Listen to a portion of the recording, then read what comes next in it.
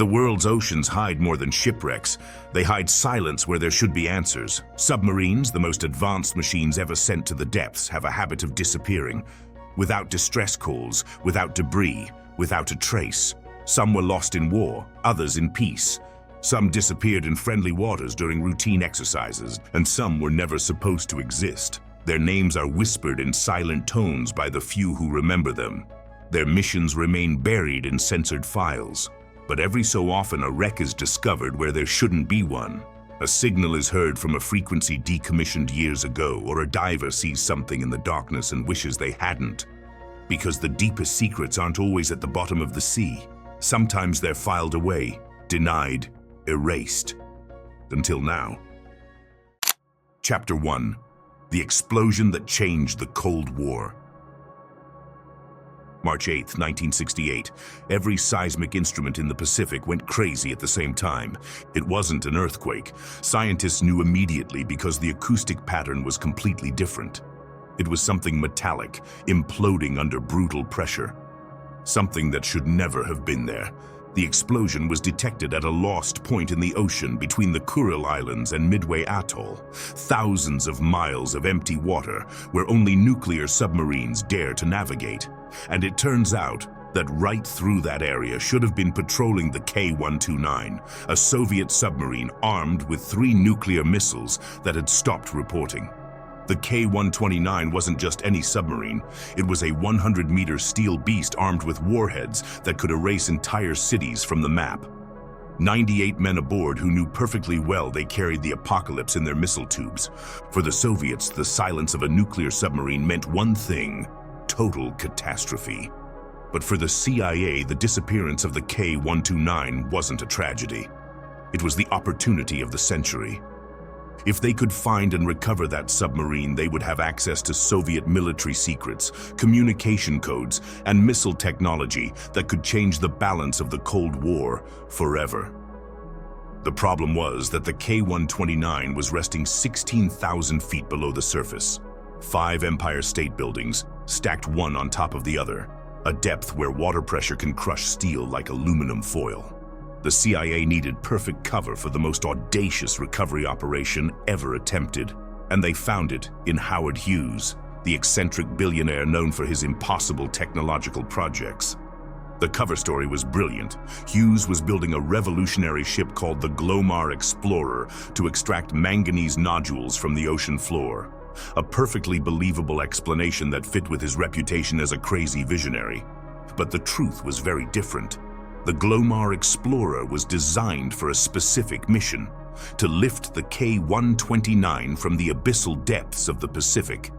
Construction began in 1972. A giant crane, a massive claw system, and a moon pool designed to bring the submarine inside the ship without exposing it to view. All secretly financed by the CIA under Hughes's facade. In 1974, the Glomar Explorer sailed toward the point where the K-129 waited in silence. The recovery operation began in summer. Lowering the claw more than 16,000 feet to the seafloor took entire days. For a time, it worked. The claw managed to secure a portion of the K-129's remains and began its ascent. But at some point during the lifting, something went terribly wrong. The submarine, weakened by pressure and time, fractured.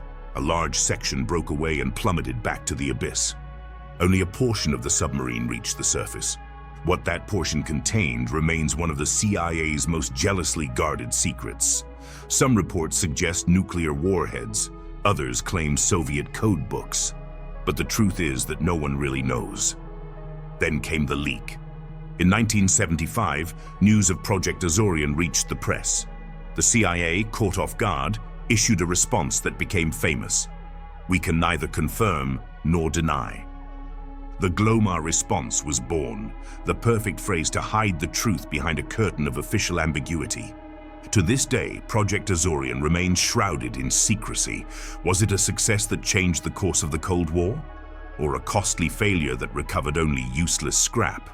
There are darker rumors that the K-129 wasn't on a routine patrol, but on a suicide mission. That the explosion wasn't accidental, but internal sabotage. that the submarine was attempting to launch an unauthorized nuclear attack and was stopped midway. There's no evidence for these theories, but that's the nature of classified history.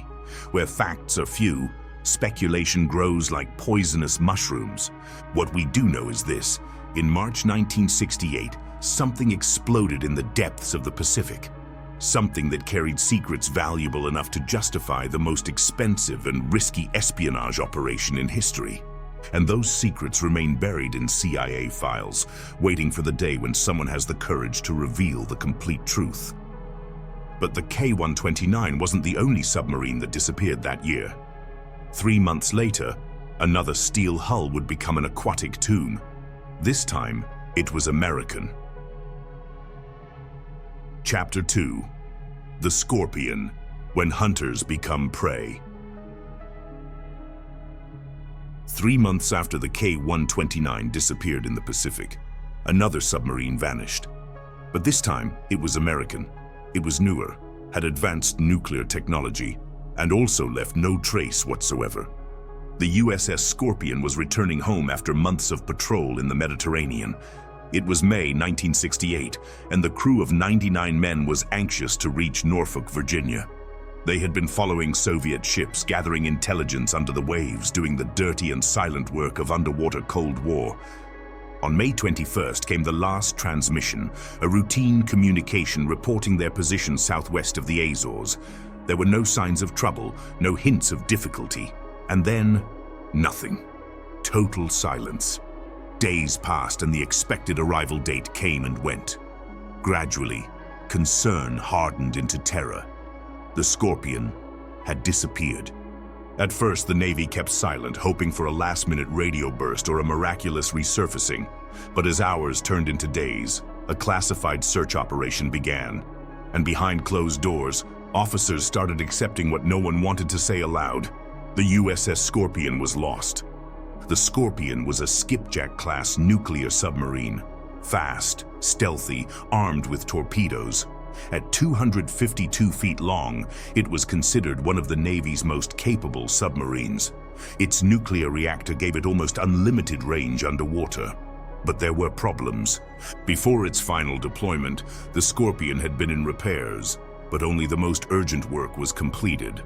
It left port with a list of more than 100 mechanical problems noted in its maintenance log. Some were minor, others not so much. There were reports of persistent hydraulic failures, a torpedo room hatch that wouldn't seal properly, and most worryingly of all, the emergency blow system used to surface quickly in case of crisis was unreliable. Still, it was authorized for service because in the Cold War, schedules often took priority over safety. It wasn't until October, 5 months later, that the wreckage was found. Using a combination of sonar data and classified underwater surveillance tools, the Navy located the Scorpion's remains on the seafloor, more than 400 miles southwest of the Azores. It lay in fragments more than 9,000 feet deep. Photographs were taken with deep-water submersibles, grainy black and white images of a broken hull, a shattered sail, debris fields scattered across the abyss. There were no bodies, no clear cause, only remains and silence. The Navy launched an official investigation, but the findings, when published, did little to satisfy the growing web of speculation. The final report suggested internal failure, perhaps a battery explosion or torpedo malfunction. It emphasized mechanical failure, minimized external threats, and dismissed more sinister possibilities.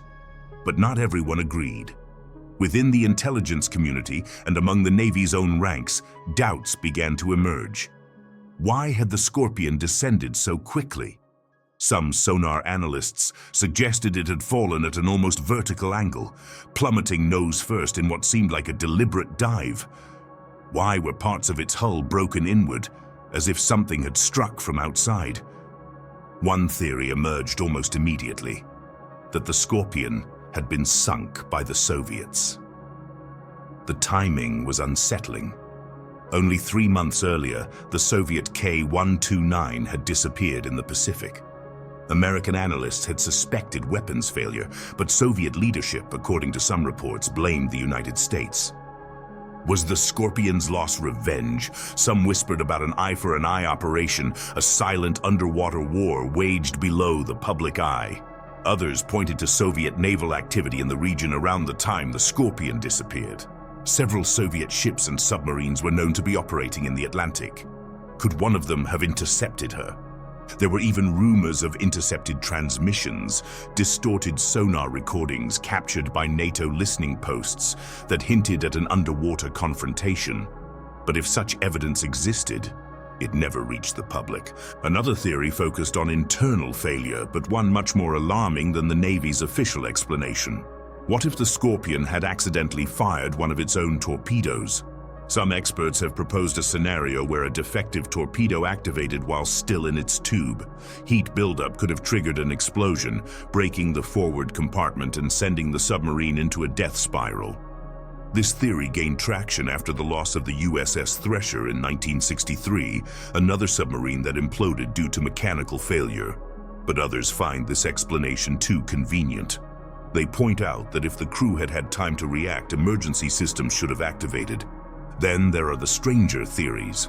Some researchers, both within and outside the Navy, have speculated about secret missions, classified operations that never made it into the official record. Was the Scorpion involved in espionage? Was it following a Soviet ship, gathering intelligence, or even deploying surveillance equipment when something went wrong? According to declassified documents, the Scorpion was involved in intelligence work during its final deployment. Its exact mission, however, remains censored. Some believe the wreckage was studied more extensively than is publicly acknowledged, that experimental submersibles were sent to collect fragments, perhaps even recover parts of the reactor or torpedo systems. If that's true, those missions were buried deep under layers of need-to-know classification. What we do know is this. The Scorpion sank in May 1968 with its entire crew of 99 men lost. It now lies in silence, almost 10,000 feet beneath the waves, its hull broken, its secret sealed in steel and sediment. For the families, the grief never faded, names carved on monuments, questions echoing through generations. For those who served in the silent service, the Cold War submariners, the loss was more than personal. It was a chilling reminder of what could happen without warning beneath the surface. The Scorpion's story isn't just a story of war or technology or politics. It's a story about the edge of knowledge, where certainty ends and mystery begins. Because somewhere beneath all the data and speculation lies the truth. But like the submarine itself, it's buried, waiting, infinitely silent and still. Chapter 3. The Dakar, Ghost of the Mediterranean. January 1968. Before the Scorpion disappeared in the Atlantic, before the K-129 became the target of the most audacious salvage operation in history, another submarine entered the sea and never returned home. Her name was Dakar, and her story began not in Israeli shipyards, but on British docks during World War II. Originally HMS Totem, she had been a T-class submarine that patrolled the waters during the war. Solid, compact, diesel-electric. Designed to dive deep but never fast, built to withstand depth charges and long deployments. After the war, she had been refitted, modernized, and eventually decommissioned. That's when Israel acquired her. In 1965, the newly formed Israeli Navy purchased 3 of these British submarines, Totem, Turpin, and Truncheon. They renamed them, re-equipped them, resurrected them. Totem became Dakar. The overhaul was extensive. Her sonar systems were upgraded, her communication arrangements strengthened, the engines received full service. When the work was complete, she was ready. A Cold War-era vessel prepared for the next chapter of her life under the waves. Her crew was young, most in their 20s, but they were proud. Hand-picked and rigorously trained, they represented the promise of a growing navy, the confidence of a nation still defining its place in a volatile region. Lieutenant Commander Yakov Ra'anan was her captain, a calm and calculating officer known for his focus and composure under pressure.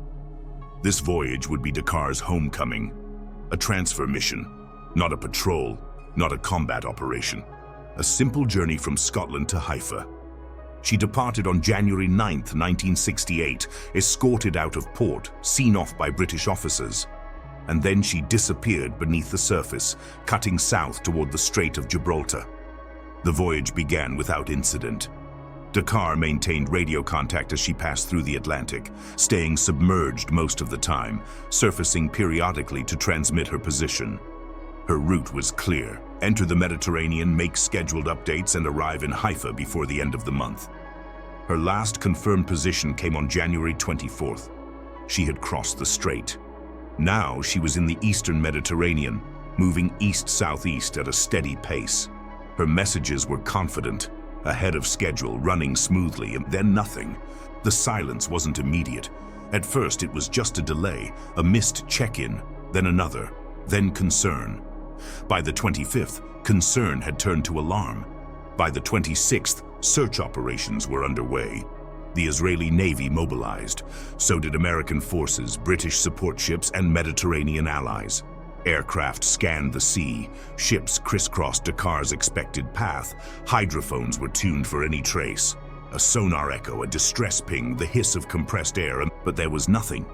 Not a sound, not a flash, not a piece of debris. In a sea known for its traffic density, its crowded coastlines and shallow basin, a full-sized submarine had simply disappeared. Families waited. The government offered little, and rumors, as they always do, began to fill the silence. Some believed the submarine had suffered catastrophic failure, a pressure hull collapse, an electrical fire, a miscalculation in ballast. Others whispered about more deliberate forces: sabotage, a Soviet torpedo, an accidental strike from a NATO ship testing new technology. In February 1969, more than a year after her disappearance, something surfaced. Literally, a rusted metal capsule washed ashore on a beach in Gaza.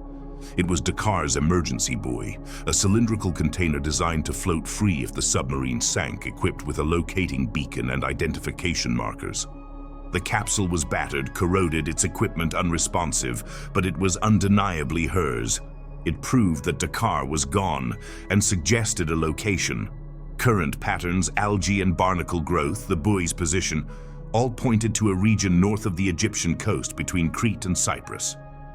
Searches were redirected, but still nothing. The seafloor in that region is irregular and deep. Crevasses run for miles. Slopes plunge sharply into basins 2 and 3 kilometers deep. Sediment shifts, wreckage can disappear. For decades, the sea kept its silence, and then in 1999, it spoke. A joint expedition between the Israeli Navy and the American deepwater survey firm Nauticus was launched. Using high-resolution sonar, remotely operated vehicles, and decades of accumulated search data, they narrowed their focus to a specific stretch of seafloor. On May 28th, they found her.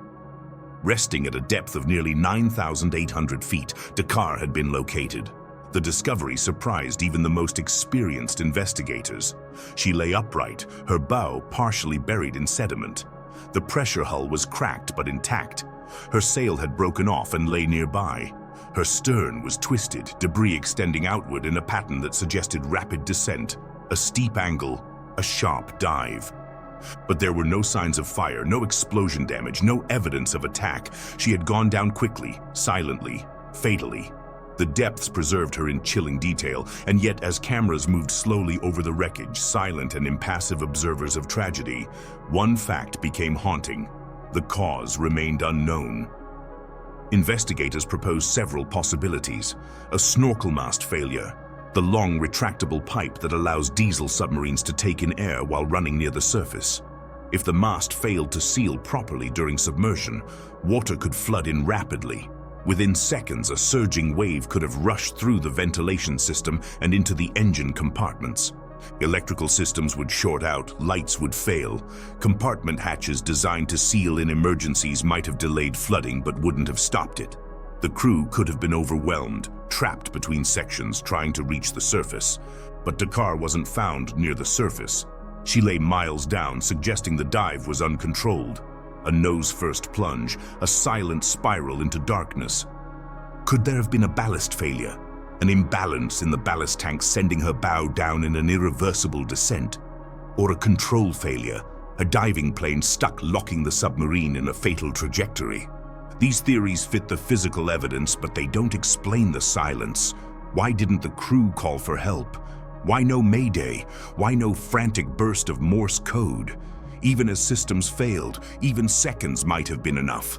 Unless power failed completely, unless the incident was so sudden no one had time, unless the crew was already unconscious, or worse, already gone.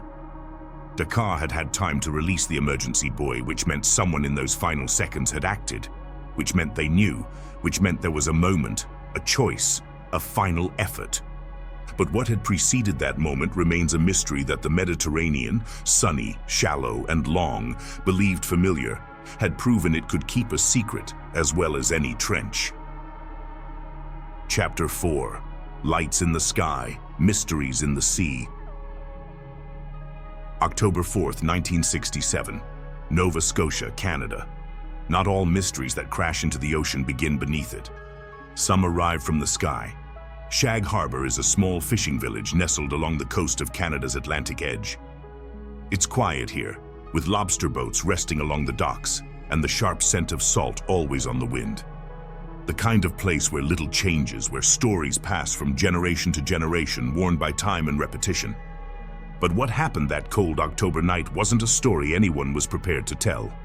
Shortly after 11:20 p.m., several witnesses reported seeing a series of flashing lights descending from the sky.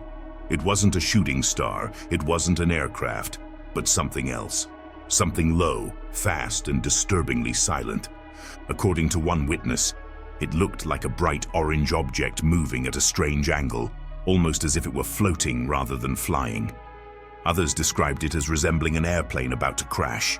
Except there was no sound, no engine, no trail of fire, just a flash, a fall, and then impact. The object appeared to strike the water just off the coast, making a hissing noise as it disappeared beneath the surface. But it didn't sink. Not immediately. Multiple people, including local fishermen and members of the Royal Canadian Mounted Police, arrived at the scene within minutes. What they saw floating in the water was unlike anything they had encountered before. A glowing object emitting a pale golden light resting quietly in the bay. As they watched, the light began to dim, then slowly it submerged. Rescue efforts were immediate. RCMP officers contacted the Coast Guard, divers were dispatched, boats swept the area, the Canadian Navy was called. They searched for wreckage, oil slicks, bodies. They found nothing. No debris, no fragments, no black box. No aircraft had been reported missing. No transponder signal was detected. Whatever had entered the water that night had done so silently, completely, and without leaving a trace.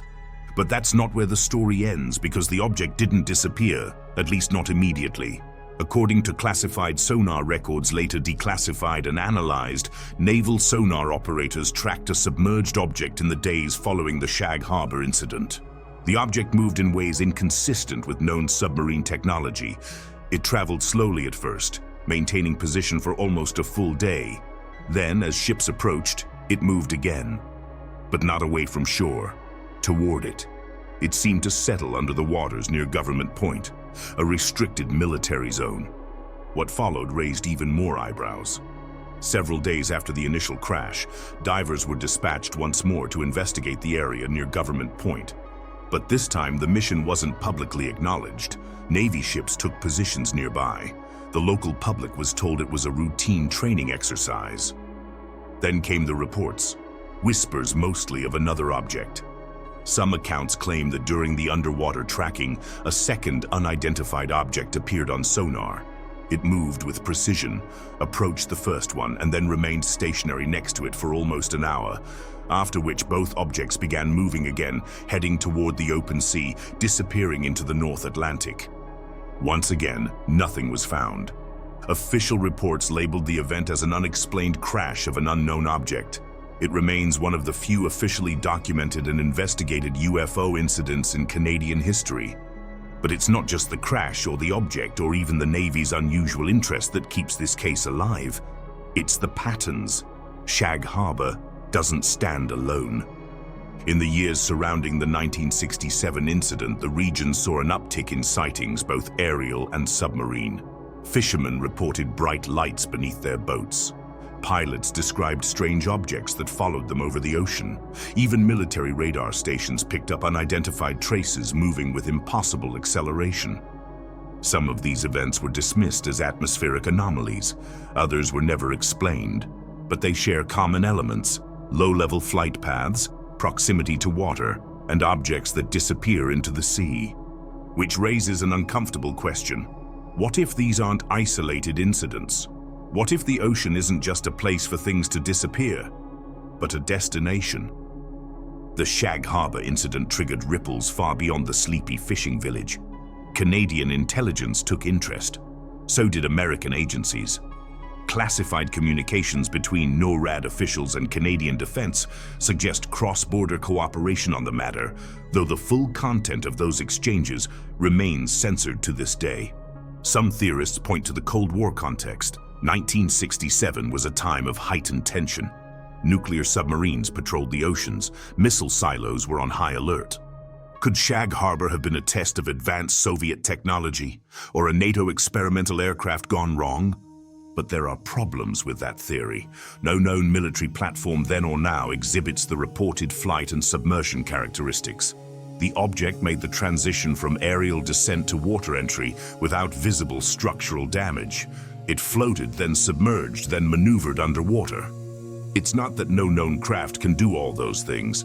It's that no known craft can do them that way. Skeptics have suggested alternative explanations: a meteor, a hoax, a misidentified aircraft. But meteors don't hover, don't remain intact on impact, and hoaxes don't show up on sonar, especially not ones that evade trained divers and mobilized national military assets. One of the most curious aspects of the case is how seriously it was taken at the time. There was no automatic dismissal, no immediate write-off as swamp gas or optical illusion. Authorities responded as if something real had happened, because it had. And yet, despite all the reports, all the documentation, all the witness statements and sonar records, no official conclusion has ever been reached, which leaves us with only possibilities.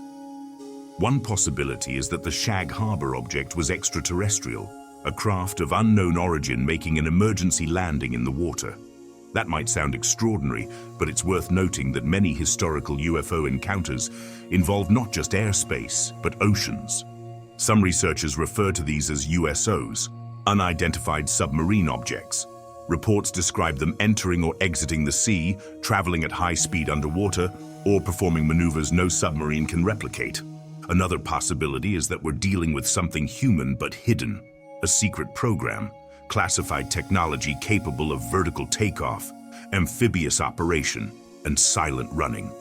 But if such a craft existed in 1967, why was it never acknowledged, and why tested over a populated area in full view of witnesses? Maybe it was never meant to be seen, or maybe it was never ours. Shag Harbor has faded from headlines. The cold October night when the sky fell into the sea passed half a century ago. But the mystery remains. No wreckage, no explanations, no closure. Just a quiet place by the sea in a moment when the ordinary world was briefly interrupted by the impossible. To this day, some locals still look out at the water and wonder, not just what fell, but what might still be down there, waiting, watching, listening. Because beneath the most familiar shores, even in the calmest harbors, the ocean keeps its secrets, and some of them don't come from here. Chapter 5. The Fast Movers. Impossible Contacts. If Shag Harbor taught us anything, it's that strange objects don't just fly through the sky, but can also slip beneath the water with equal ease. But what military submariners have been reporting for decades goes far beyond simple sightings. We're talking about contacts that defy everything we know about physics, propulsion, and the material limits of engineering. In water, resistance is unforgiving. Even our most advanced submarines reach top speeds of around 40 knots. Anything faster risks catastrophic failure. Water simply doesn't forgive. But objects recorded by military submarines have moved at speeds many times above that limit, sometimes exceeding several hundred knots underwater. A speed of movement that no known vessel can survive. The reports span countries and generations. In the early 1990s, a classified encounter occurred beneath the North Atlantic. A U.S. Navy submarine conducting routine patrols detected a fast-moving object at depths of more than 3,000 feet. The contact was tracked for several minutes. It moved in a straight line at nearly 200 knots, then turned sharply without reducing speed, executing a maneuver that would have torn apart any known vessel. The crew was stunned, but no one spoke of it, not officially. In the logs, the entry was marked as anomalous. No explanation was given. That incident wasn't unique. Russian submariners have reported similar encounters. An account from a declassified Soviet naval archive describes a 1982 training exercise in the Arctic Sea. The crew of a nuclear submarine detected multiple high-speed objects moving beneath them, zigzagging through the water column with what was described as intelligent coordination. When divers were deployed to the area days later, they reported unusual sensations, a feeling of being watched, strange lights illuminating the seafloor. One diver claimed to have seen a glowing sphere pass by him in the darkness. He lost consciousness shortly after and could never clearly remember the event. The Russians gave these objects a name, USO, unidentified submarine objects. In Western accounts, they're sometimes called fast movers, but whatever the name, their behavior is consistent: extreme speed, impossible agility, and total disregard for human detection or understanding. Skeptics argue that these sonar readings could be false echoes, whales perhaps, or thermal anomalies. But sonar operators, especially military ones, are trained to distinguish between natural noise and artificial movement. They know the difference between a whale's song and the acoustic signature of something with mass, direction, and intent. And in many of these reports, there's a distinctive element of intelligence. The objects move with purpose. They change course. They evade. Sometimes they return, as if they were aware. A particularly disturbing account comes from the USS Hampton, a fast attack submarine assigned to the Pacific Fleet. In 1997, while operating near the Mariana Trench, sonar operators aboard the Hampton detected a fast-moving object approaching from the abyssal zone of the trench. At first it seemed like a false positive, but then the contact reappeared. Then again and again. Each time it moved closer, but never crossed the range for visual confirmation. The sonar returns were erratic, but real. Acoustic triangulation placed the object moving vertically through the water column at over 300 knots. Then, as suddenly as it had appeared, the contact vanished. Subsequent analysis suggested the object descended into the trench itself, to a depth beyond what any known man-made vehicle could survive. And yet nothing further was ever found. The incident was never publicly acknowledged, but unofficially crew members have spoken of a dark month aboard the vessel. Equipment malfunctions, communication disruptions. One sailor claimed the entire electrical system was overwhelmed by a power surge no one could trace. These accounts, scattered as they are, paint a picture not of isolated events, but of a pattern. Something is moving through our oceans with speed and power beyond our understanding. But if they were just military accounts, perhaps the mystery could be contained, dismissed, buried in bureaucratic silence. But there are civilians too. In 2003, a research vessel operating off the coast of Puerto Rico detected an anomaly beneath them while conducting deep sonar mapping. The object was metallic, large, and perfectly spherical. It hovered at 2,000 feet, then over the course of just 6 seconds ascended and disappeared. The event was logged, shared with NOAA, and quietly filed away. But it left the research team shaken. One of the marine biologists aboard later recounted that it felt like they were the ones being scanned. And there are visual sightings too. Fishermen, deep water divers, even satellite imagery analysts have reported strange shapes just below the surface. In some cases, a metallic flash. In others, a dark silhouette moving faster than a whale could swim, faster than a submarine could track. In 2019, a video emerged from a US Navy ship, this time above water. It showed a triangular, reflective object hovering in the sky, before descending into the ocean without a splash. The video sparked renewed interest in the idea of transmedium craft, objects not limited to air or sea, but traveling between them with ease, and then disappearing. Some believe these craft are drones, the product of secret military programs, but the physics don't add up. Just the pressure differential between air and deep water is enough to crush most known materials. Making the transition seamlessly between those environments without disruption isn't just difficult, it borders on impossible. Others look for more exotic explanations, extraterrestrial technology, interdimensional phenomena, experimental physics beyond our current models. But for the people who have witnessed these events, who have seen sonar screens light up with something inexplicable, who have heard the hum in the water, or seen a shape disappear beneath the waves, these aren't just theories. They're realities they can't forget. The ocean is vast, dark, unmapped. We've explored only a fraction of its depths, and as we push further, listen longer, search deeper, what else might we find? Could there be machines not ours navigating our seas with ease? Could there be technologies much older, much stranger, moving through the depths unnoticed? Or are we simply seeing reflections, echoes, misinterpretations of a world we don't yet understand? One thing is certain: sonar doesn't lie, and water doesn't forget. The ocean records everything: movement, sound, disturbance.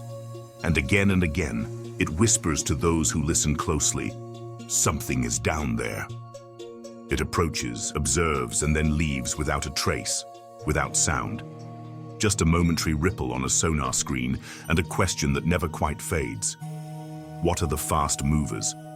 And who or what is guiding them?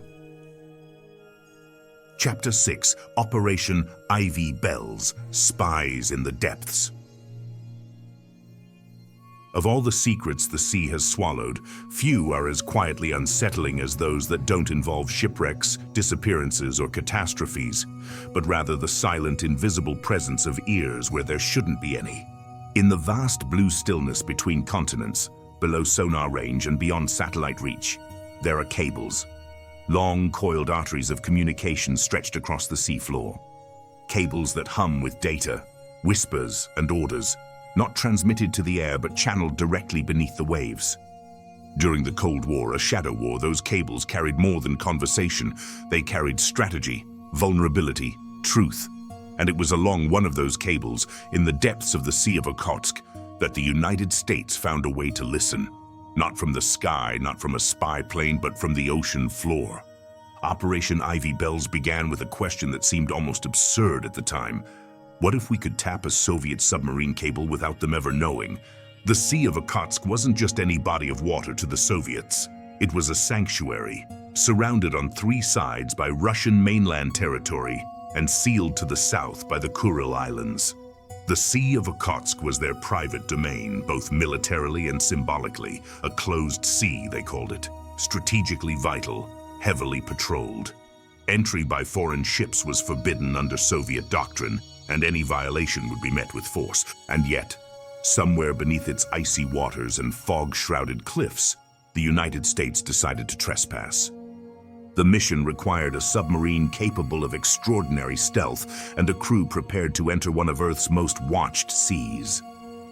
The USS Halibut, originally designed as a nuclear missile submarine, had been quietly reconfigured for deep-water intelligence. Externally modest, internally transformed. It was equipped with cameras, sonar systems, remotely operated arms, and even a diving chamber. Somewhere along the seafloor lay a Soviet communications cable connecting a naval base on the Kamchatka Peninsula with facilities on the Russian mainland. If tapped, it would offer unprecedented access to Soviet naval operations. But locating the cable was like searching for a thread in a haystack. The seafloor, of course, had no signs, markers, or beacons, only sediment and silt. But American intelligence, through satellite imagery and deciphered intercepted transmissions, had narrowed the probable location enough to make the attempt worthwhile. Using remote equipment and sensors, the Halibut traced the ocean floor's contours, searching for something unnatural. And then they found it. A thick, armored cable, half buried in sediment. It ran along a trench, curving gently with the seafloor's contours. But tapping a cable wasn't as simple as cutting a wire. The risk was enormous.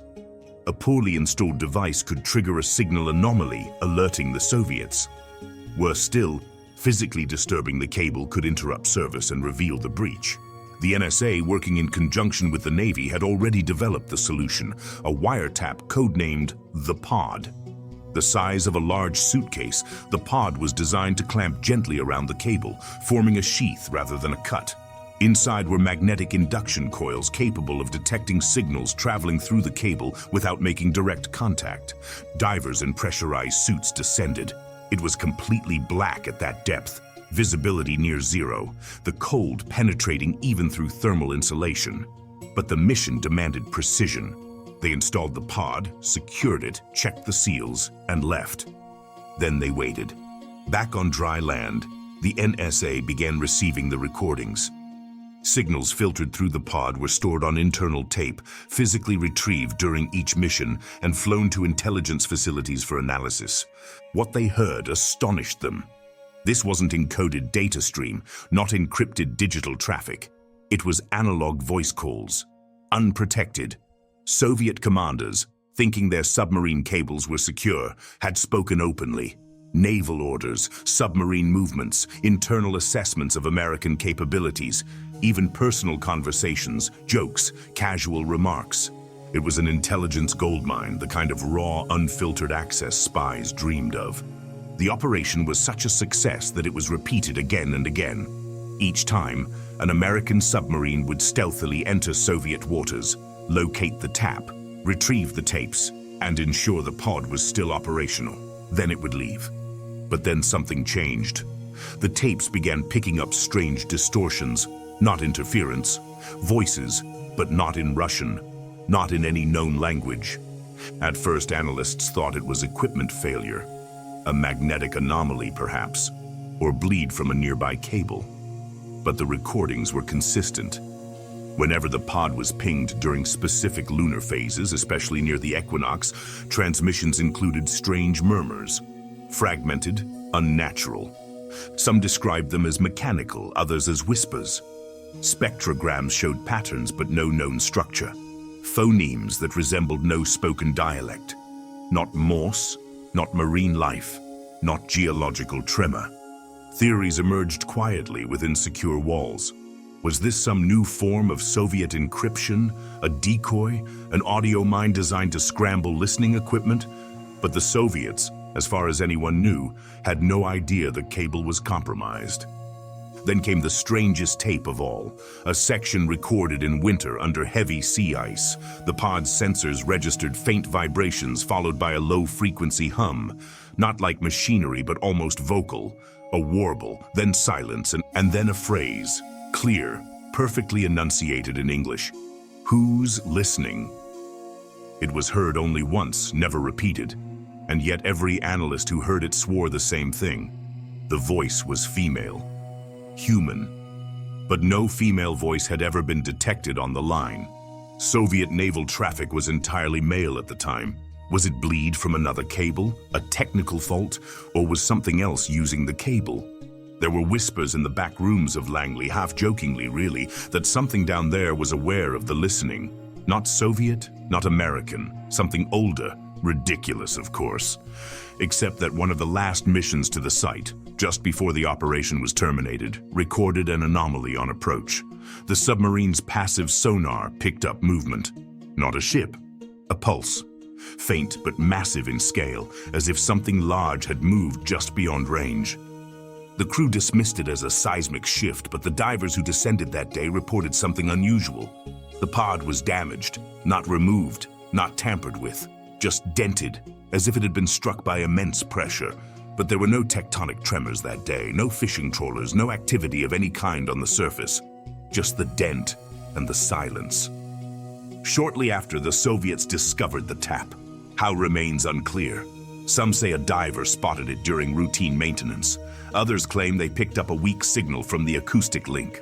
Regardless, the operation was exposed. The pod was recovered and publicly displayed by the Soviets as a propaganda victory. They accused the United States of espionage, a claim the Pentagon denied. Operation Ivy Bells officially ended in the early 1980s. The tap was gone. The sea once again kept its silence. But to this day, some of the tapes remain classified. Not for national security, but because no one can explain them. There are whispers that a few seconds of the voice were played during a secure intelligence briefing, and that half the room refused to hear it again. Not because it was terrifying, but because it sounded familiar. like something they couldn't place, like a memory that didn't belong to them. The sea isn't empty. It has layers, currents of time and sound and memory.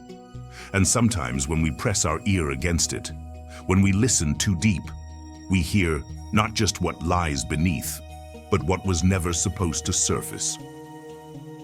Chapter 7. The Chinese Incident. Blue Silence. Summer 2023. More than 50 years after the K-129 disappeared in the Pacific, after the Scorpion became fragments in the Atlantic, after espionage operations like Ivy Bell's proved that the ocean could keep the deepest secrets, another phrase returned with chilling relevance. The ocean doesn't need to roar to kill. This time it wasn't in the pages of a Cold War archive, not in a declassified dispatch or yellowing naval record, but in the silent void left by a vessel that was never supposed to disappear. It began not with sonar or a rescue call, but with an absence, an anomaly, a stillness where there should have been movement.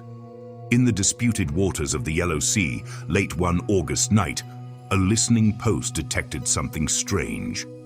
A change in ambient current pressure, an abrupt drop in underwater acoustic signatures, and then a flat line. For a few hours it meant nothing, but then hours became days, and soon a name emerged in defense circles: 093-417. A Chinese Type 093 Shang-class nuclear attack submarine. Missing, presumed lost, but never acknowledged. The Type 093 class is one of China's most modern and formidable submarine assets, designed for stealth, speed, lethality. These submarines are nuclear-powered, capable of weeks if not months of submerged operation. They operate under almost total silence, invisible to the world above. But in this case, silence wasn't a weapon, it was the first warning. Unofficial reports began filtering through military forums and shadow diplomatic channels that a Chinese submarine had suffered catastrophic failure, that 55 sailors aboard were lost, that it had occurred during routine patrol, and that the wreckage lay somewhere on the seafloor. Unrevealed, unmourned. The Chinese government denied everything. There had been no incident, no failure, no loss. But silence has its own sound. Naval observers noted a sudden uptick in Chinese activity around the Yellow Sea. Not aggressive, but strangely focused. Hydroacoustic buoys were deployed en masse. Survey ships crisscrossed a seemingly unimportant quadrant. Satellite imagery showed nothing conclusive, no oil slick, no debris. But in the naval world, absence is often the clearest signal, and this was a void. Type 093 Shang-class submarines are designed to be almost undetectable. Their sound profiles are muffled, their movements obscured, which makes them the perfect weapon in a theater like the South China Sea, a region defined by uncertainty and confrontation. But this incident didn't occur in the warm tropical waters of the Spratly Islands. It occurred in the Yellow Sea, a much shallower and more enclosed basin, bordered by North Korea, China, and South Korea. A place saturated with sonar, monitored by dozens of listening posts. And yet no one saw it pass, no one heard the breach, no ping, no call, no emergency ascent. Just silence that settled like fog. So what could have happened aboard 093-417? Theories multiplied like bubbles in a crush zone. Some technical, some political, some stranger. The most plausible explanation is also the most chilling: a failure in the submarine's oxygen generation system.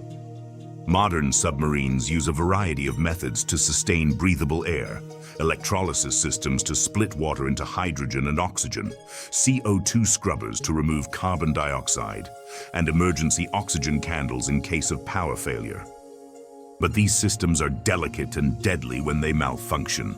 If the oxygen system failed and backup systems didn't deploy correctly, hypoxia would have followed. The crew would have become disoriented, drowsy, then unconscious, then silent. Reports suggest this may have occurred during a routine passage through a Chinese naval minefield, a security measure designed to protect sensitive maritime zones from foreign incursion. The crew, potentially already incapacitated by system failure, may have drifted into a prohibited area where the submarine's IFF system, identification friend or foe, had shut down, and the mines didn't recognize their own. But again, there's no confirmation. China's defense ministry maintains that all submarines are accounted for. No accidents, no deaths. The problem is that 093417 hasn't been seen since. Its patrol schedule has been censored, its sister ships redirected. And most tellingly of all, a state funeral was held weeks later for a high-ranking naval engineer. No cause of death was revealed, but photos of the event showed a full military procession, a rare display for a man whose name never appeared in the news. Was he aboard, was he responsible, or was he silenced? Then came the whispers, always anonymous, always unattributed, that the crew had sent a final message, encrypted and deeply strange. A Western analyst speaking off the record claimed the burst contained no technical report, no mayday, just one word repeated 6 times, blue, then static. To this day, no one has publicly verified the existence of that transmission. But within a week of the supposed signal, Chinese salvage vessels were seen sweeping a 100-square-mile sector of the Yellow Sea. Drones, ROVs, buoy deployments, no media coverage, no alerts, just a ballet of silent urgency. If there was wreckage, it was recovered. If there were bodies, they were buried at sea. If there was data, it will never be shared. But even in silence, questions remain. How does a modern nuclear submarine disappear in one of Earth's most monitored regions? How does a country maintain complete silence, not just from the public, but from its own sailors? And most curiously, what was that final message? Why blue? Some say it was a systems code, a failure message tied to air scrubbers or a reactor core temperature spike. Others see it as something more primitive, an emotional transmission, a word chosen by a dying crew. The color of their uniforms, the color of the sea, the color of light before it goes out. And then there are the outliers, those who reach beyond failure reports and salvage logs. They remind us that this isn't the first time a submarine has mysteriously disappeared in these waters. In 2003, a Chinese Ming-class submarine number 361 suffered a fatal accident that killed all 70 men aboard. The cause, according to China, was mechanical. But insiders claimed the crew was found still sitting at their stations, frozen, silent. Not one had moved to escape, as if they never knew it was happening. And there's a story of another transmission, a weak ping detected by a civilian hydrophone in the East China Sea. Not Morse, not code, just a pulse. Like a sonar call, but organic. It lasted 19 seconds and was never heard again. Some believe it was unrelated, others connect it to a pattern. There are those who believe something else inhabits these seas. Not a vessel, but a presence. Something that doesn't just listen to the world above, but responds, and sometimes perhaps intercepts. China's refusal to acknowledge the 093-417 incident may be strategic, a political maneuver to avoid embarrassment, to maintain military parity, but it may also be fear. Fear of a truth they don't understand or can't admit. Submarine disasters aren't rare. From the Kursk to the Thresher, from the Scorpion to the Dakar, steel tombs litter the seafloor.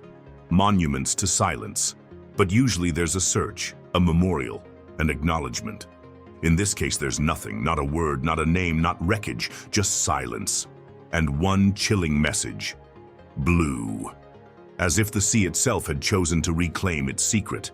As if the final log entry wasn't written in ink or typed on a screen, but whispered in darkness and drowned beneath the waves. Chapter 8. K219, Contained Armageddon. The sea remembers. It retains everything that has fallen into it. Not always where we left it and rarely in the condition we last saw it, but it remembers.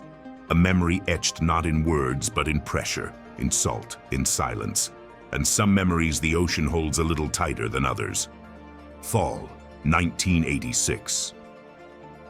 In the cold, open waters of the North Atlantic, a Soviet nuclear submarine was dying. It was October. The air had turned brittle over the shipping lanes, the kind of cold that settles into steel and bones alike.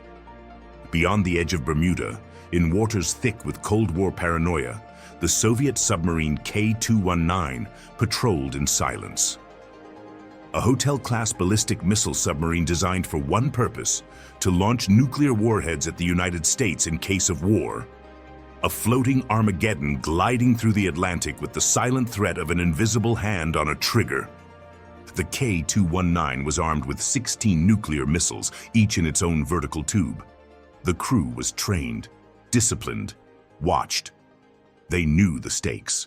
They also knew the systems were aging, held together with grease and protocol, and they knew about missile tube number 6. It had always been the troublesome one: leaks, pressure problems, a warped seal that never seated properly. The crew had flagged it multiple times. There were concerns about saltwater intrusion, about chemical instability. But their job wasn't to question, their job was to patrol. The tubes remained loaded, sealed, ready. On October 3rd, at approximately 5:30 a.m., something changed. Without warning, Tube 6 filled with seawater. In an instant, a volatile reaction began between the salt water and the missile fuel.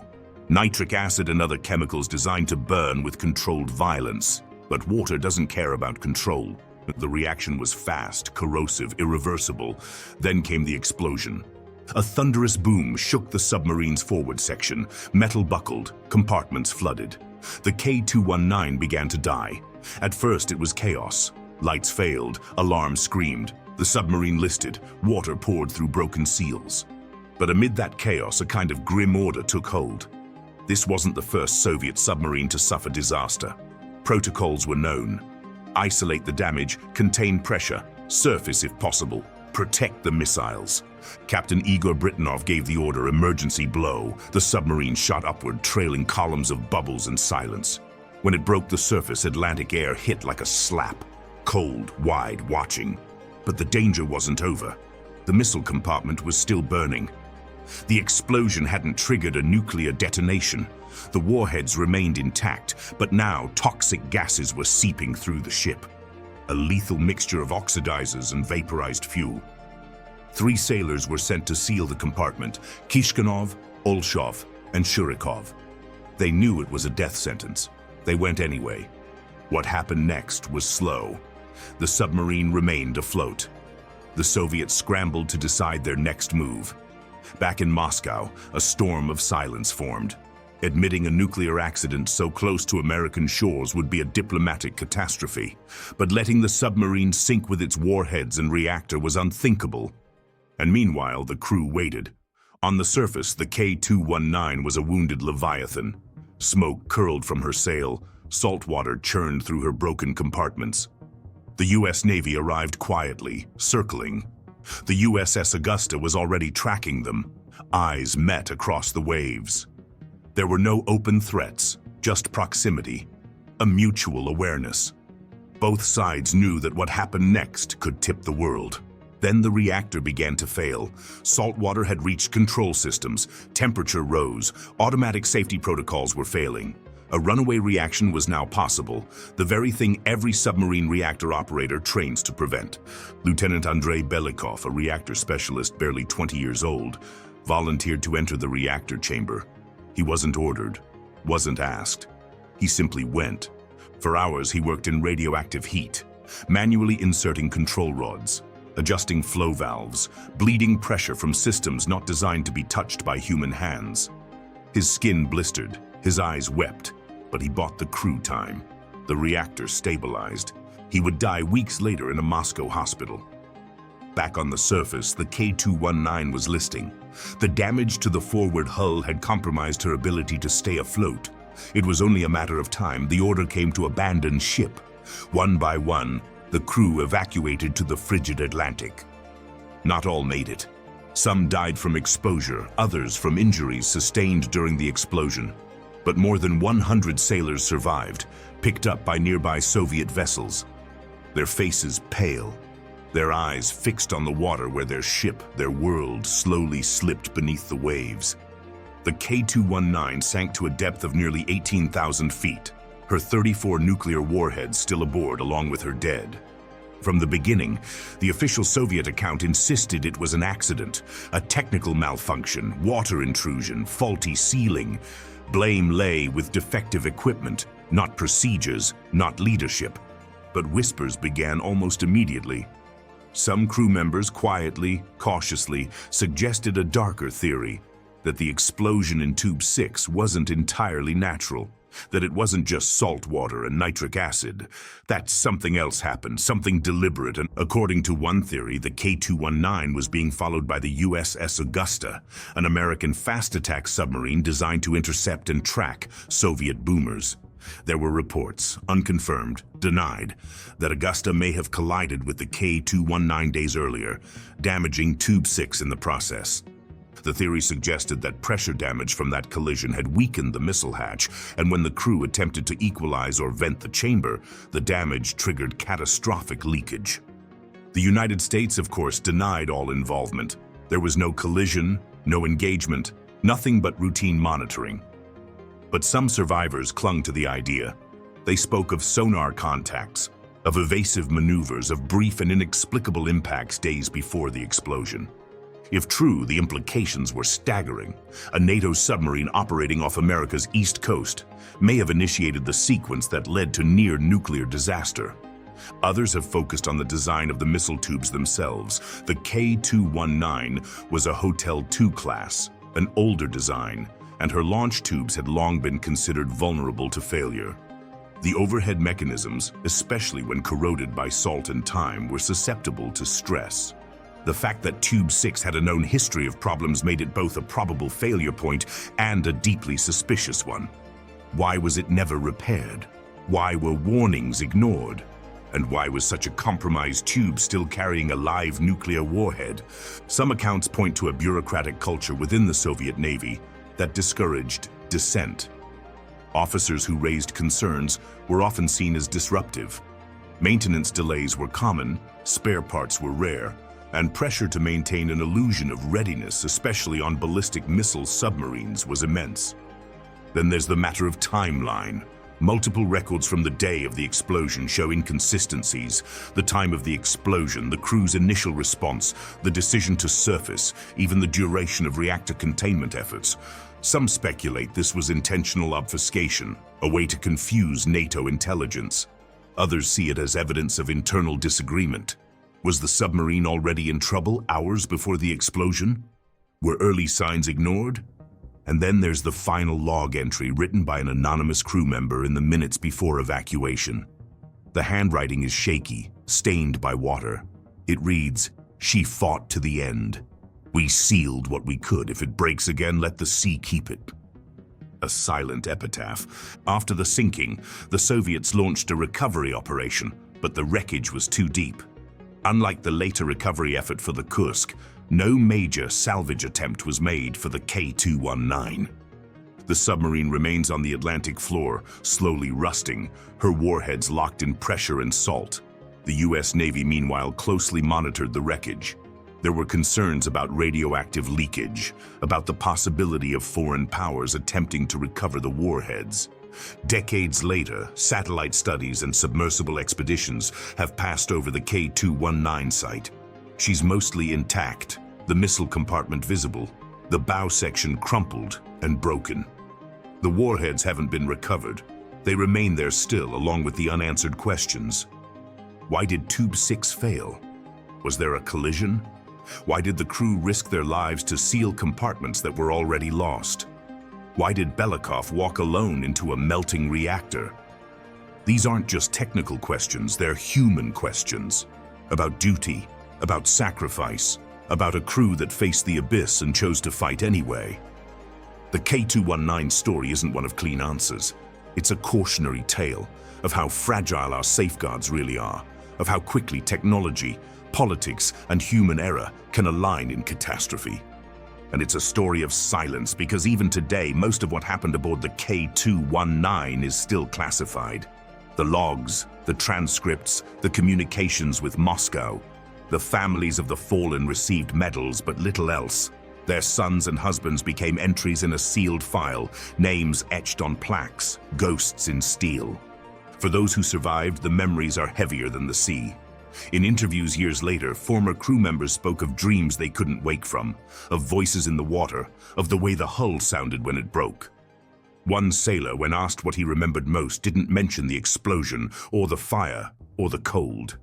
He simply said, "The silence after."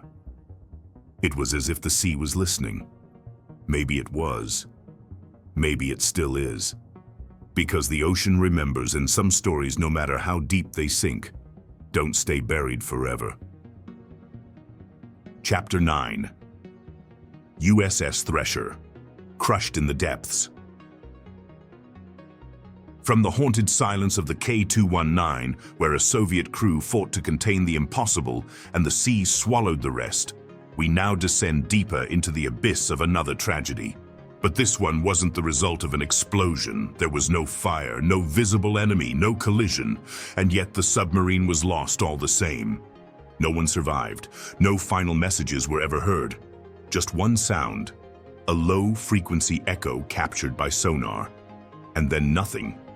This is the story of the USS Thresher, a submarine once hailed as the future of naval warfare. Faster, quieter, deadlier. But beneath its gleaming promise lay untested systems, hidden weaknesses, and a fate that would unfold in the cold, crushing depths of the Atlantic. What exactly happened during that sea trial in 1963? Was it a tragic chain of mechanical failures, a design flaw, or something more secretive, more deliberate? And why, after all these decades, do some of the details still remain under lock and key? The USS Thresher wasn't just another submarine. It was the lead ship of a new class, a prototype, the first of its kind. Commissioned in August 1961, the Thresher was built to hunt and destroy Soviet submarines during the height of the Cold War. Its mission was simple: detect before being detected, attack before being attacked. To accomplish that, it was equipped with the most advanced sonar and weapon systems of its time. Its hull was streamlined, its reactor powerful. Its deep-diving capability far exceeded the capabilities of earlier models. It was a marvel of modern engineering. But it was also an experiment built with confidence and tested under pressure. The Thresher was built at Portsmouth Naval Shipyard in Maine. It measured more than 278 feet long and displaced over 3,500 tons submerged. Its nuclear propulsion system allowed for virtually unlimited range. It could remain underwater for months, and its design pushed the limits of submersion. For all purposes, it was state-of-the-art. But the Cold War was a time of urgency. The Soviet Navy was growing. American military planners feared a gap in submarine warfare. Pressure to deploy new submarines was immense. And so systems were rushed, tests were shortened, assumptions were made. The USS Thresher underwent initial sea trials in 1961. Minor problems were found, as expected for a new class. It returned to port for post-shakedown maintenance and upgrades. Then, in April 1963, it was scheduled for a final round of deep diving tests, a routine procedure, a controlled exercise. What happened next would become the worst submarine disaster in American history. April 9, 1963, the USS Thresher departed Portsmouth with a crew of 129 aboard. This included 112 Navy officers and sailors, as well as 17 civilians from shipbuilders and contractors. It was to rendezvous with the USS Skylark, a surface vessel assigned to monitor its test dive.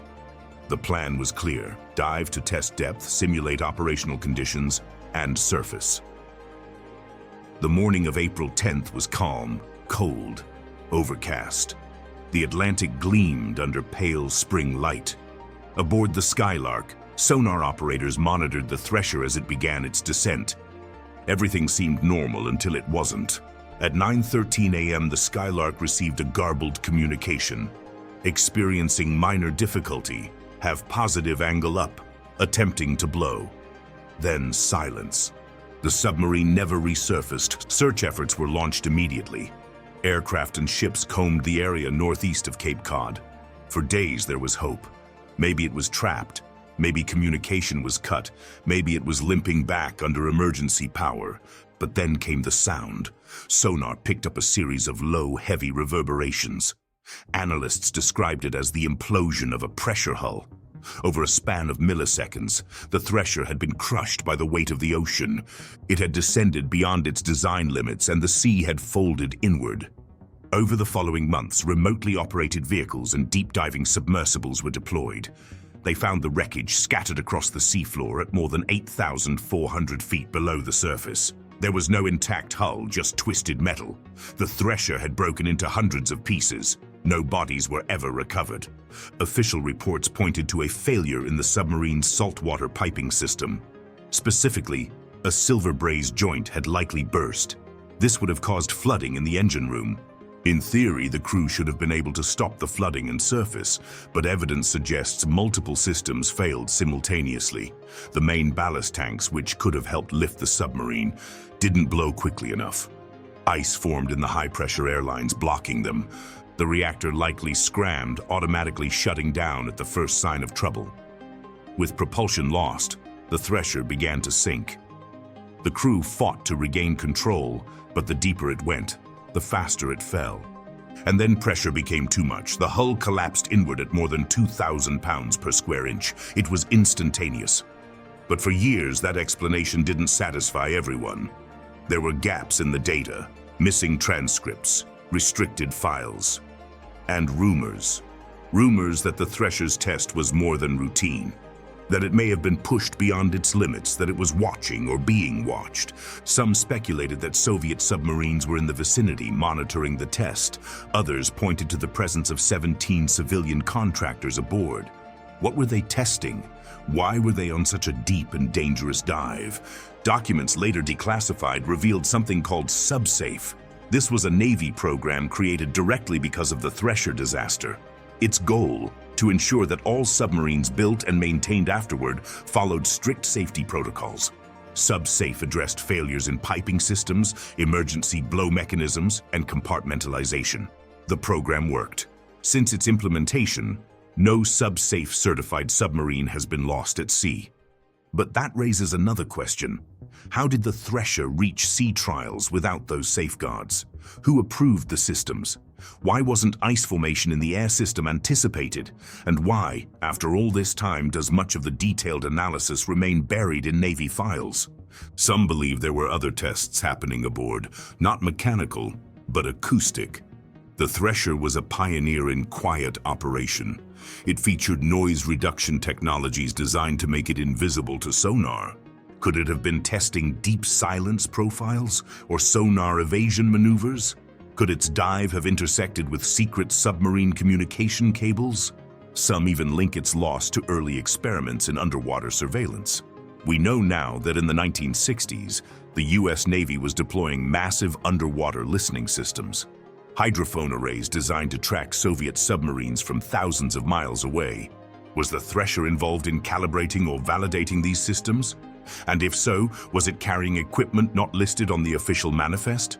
Its presence near one of those arrays could explain the urgency and secrecy.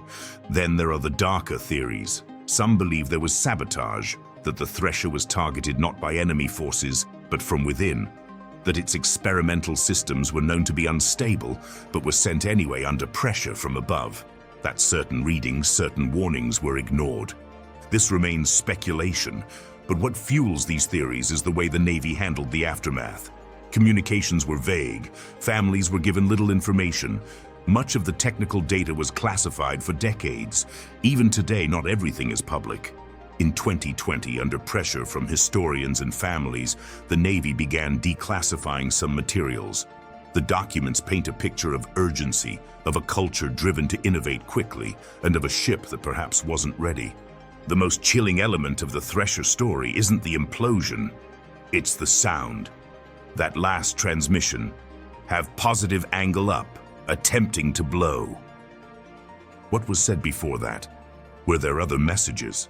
According to some unofficial reports, sonar picked up what sounded like hull creaking.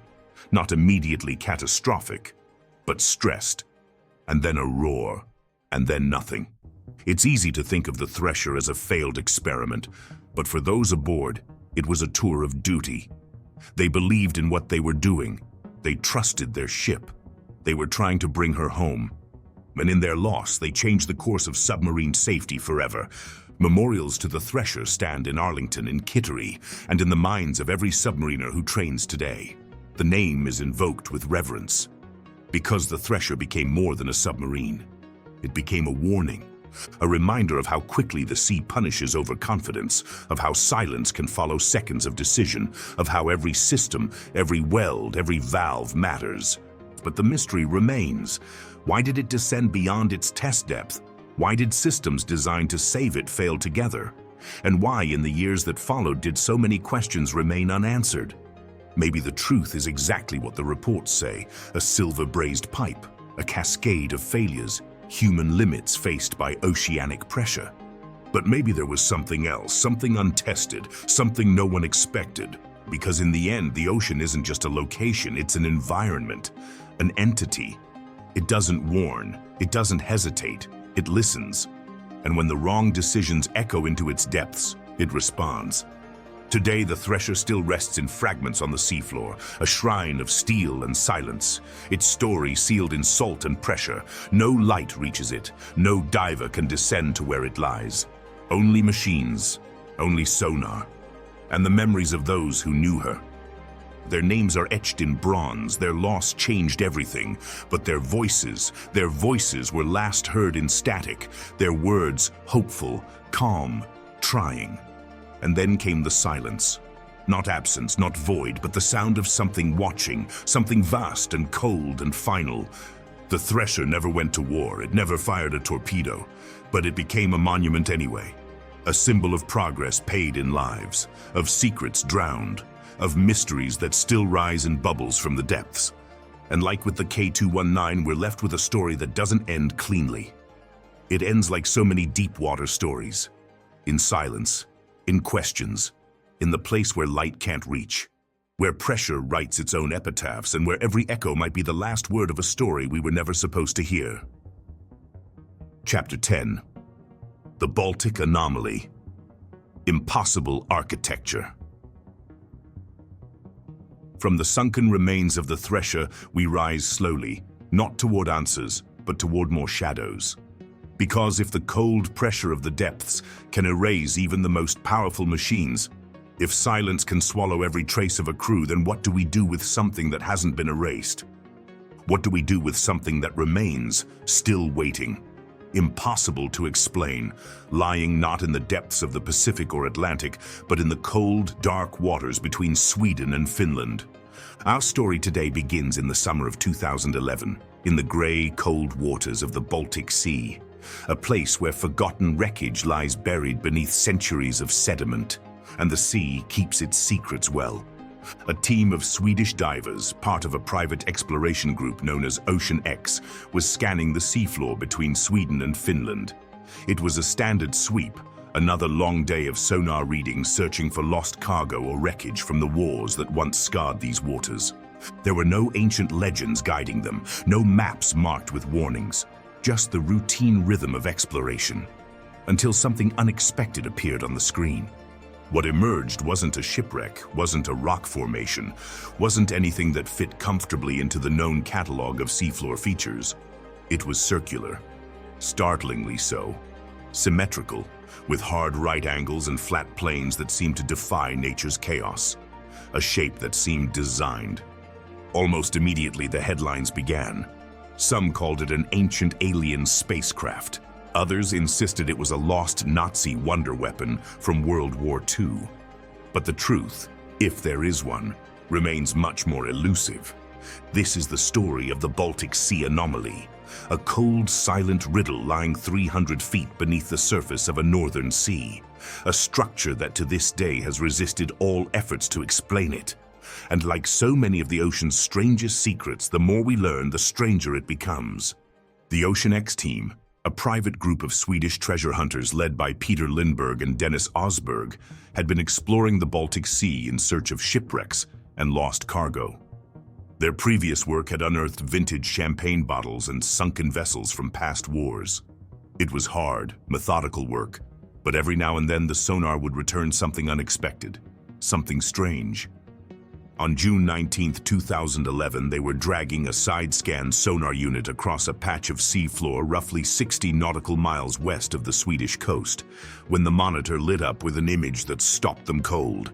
There, resting on the bottom, was a massive formation, approximately 60 meters wide, perfectly disc-shaped, flat on top, steep sides, with a trail extending behind it as if it had skidded to a stop across the seabed.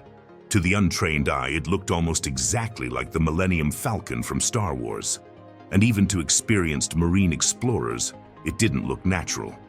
The anomaly rested at a depth of around 90 meters, deep enough that visibility would be limited and exploration would be difficult. Still, Lindbergh and his team knew they had found something worth investigating, but the initial discovery brought more questions than answers. Sonar images aren't photographs. They're abstractions, readings of acoustic echoes translated into visual shapes. And this particular reading left plenty of room for speculation. What stood out was the shape, perfectly circular with what appeared to be right angles, corridors, and a smooth, almost runway-like surface leading to its base. At the top of the disc, sonar showed a peculiar ridge, like a dome or turret. Around the perimeter were what appeared to be stair-like features, symmetrical, geometric, and surprisingly uniform. It didn't resemble any known shipwreck, nor did it match natural rock formations typically seen in the Baltic. More disturbingly, it appeared to be built. In the weeks that followed, the Ocean X team made their discovery public. The response was immediate and polarizing. Media ran with the story, branding it the UFO on the Baltic floor. Some called it a crashed alien spacecraft. Others compared it to Atlantis. Speculation flourished and the anomaly became an overnight sensation. But while the world speculated, the team prepared to return. They would dive to the site, photograph it, take samples, touch it with their own hands, and maybe finally determine what this object really was. The return expedition in the summer of 2012 brought with it a combination of awe and frustration. Descending into the cold Baltic waters, the divers soon encountered the anomaly up close, and what they found was in some ways even stranger than the sonar had suggested. The object wasn't metal, it wasn't a crashed ship, it wasn't covered in wreckage or debris. Instead, it was composed of a dark, stone-like material with smooth, curved surfaces that didn't seem to match the surrounding geology. The structure rose almost 4 meters high and extended more than 60 meters in diameter. Its surface was unusually smooth, almost polished in places, and near its base, divers observed what appeared to be an entrance or hole leading to a dark void beneath the disc. The trail behind it, initially seen on sonar, was real. A trench extending more than 300 meters across the seabed, as if something massive had slid or crashed into place. The divers also reported strange electrical interference when they were near the object. Their equipment would stop working, lights would flicker, cameras would malfunction. Even satellite phones refused to operate when directly above the site, only to return to function once the vessel moved several hundred meters away. Some began to wonder, was the anomaly emitting some kind of electromagnetic field? And if so, why? Samples were recovered from the object and sent for analysis. What they found was both ordinary and inexplicable. The samples consisted of granite and basalt, materials commonly found in rock formations. But there was something strange about their composition, something that didn't quite fit with the known geology of the region. The drag trail was also analyzed. Sediment patterns suggested that something heavy, something massive, had moved across the seafloor. But when and how? Some geologists suggested it could be a glacial formation, remnants from the Ice Age when massive glaciers moved across Scandinavia, but others pointed out that the shape was too regular, too perfect to have been carved by ice. Then there was the question of age. Radiocarbon testing of surrounding materials suggested the anomaly had been on the seafloor for thousands of years. But how did something so perfectly preserved, so geometrically precise, remain intact for so long? And what about the electromagnetic effects? Natural rock formations don't typically interfere with electronic equipment, at least not in the way the divers were experiencing. As news of the discovery spread, theories came from everywhere. Some suggested it was a lost military installation from World War II, perhaps a Nazi submarine base or experimental weapons project. The Baltic Sea had seen intense military activity during the war, and many secrets remained buried beneath its waters. Others speculated it could be much older, an artifact from a lost civilization, the remains of an ancient city that had sunk beneath the waves. The circular shape, The stair-like features, the apparent entrance, all pointed to something that had been built with purpose. But the strangest theories focused on the electromagnetic effects and the inexplicable nature of the object itself. Could it be something not of this world? A craft of unknown origin that had crashed in the Baltic millennia ago? Skeptics, of course, had their own explanations. Maybe it was just an unusual rock formation, a coincidence of geology that created the illusion of design. Sonar readings could be deceiving, shapes could appear more regular than they actually were. But the Ocean X team maintained that what they had found was unlike anything they had seen before. And they continued returning to the site, taking more measurements, gathering more data, trying to solve the mystery. In the years since the initial discovery, new details have emerged. Additional analysis of the samples has revealed traces of rare metals, elements that aren't common in the region. The electromagnetic interference has been documented by multiple teams, not just the original discoverers. And yet, after more than a decade, the Baltic Sea anomaly remains unexplained. No theory has gained complete acceptance. No explanation addresses all the strange aspects of the discovery. Maybe that's the nature of some mysteries. They're not meant to be solved immediately. They're meant to remind us that even in our modern world, even with all our technology and scientific knowledge, there are still things we don't understand. The Baltic Sea, cold and often turbulent, has kept this secret for millennia, and maybe it will keep it for millennia more. But for those who have seen the anomaly firsthand, who have felt the strange interference with their equipment, who have touched its smooth and inexplicable surface, one thing is clear. Whatever it is, it's unlike anything else on Earth. And in the depths of a northern sea, beyond the reach of most divers, beyond easy scrutiny, it waits, silent, unchanging, impossible to explain, a riddle of stone and metal, of electromagnetic fields and perfect shapes, of ancient history and modern mystery. The Baltic Sea anomaly isn't just a discovery, it's a question about what else might be hidden beneath the waves, about what else we might not understand about our own planet, about what else the ocean might be waiting to reveal, and until we have answers, until the mystery is solved, it will remain there in the darkness. A reminder that even in the most familiar places, even in seas we've navigated for centuries, the impossible still waits to be found. Chapter 11. Patterns in the Darkness. After decades studying these cases, one thing becomes chilling: the patterns. They're not isolated coincidences, not random accidents scattered across time. There's something deeper here. Something that connects these events in ways no one wants to officially admit. 1968 stands out as a statistic impossible to ignore. In a single year, multiple nuclear submarines disappeared without convincing explanation. The Soviet K-129 in March, the American Scorpion in May, the Israeli Dakar in January. 3 different nations, 3 different oceans, but the same result: total silence. What was happening in the oceanic depths during those months? The underwater Cold War had reached a critical point. Nuclear technology was pushing the limits of what was safe to operate.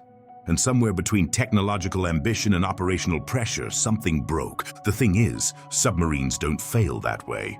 Not normally. They're designed with multiple redundancies, backup systems, emergency protocols. For a submarine to disappear completely, without distress signal, without debris, requires a convergence of failures so improbable it's basically impossible.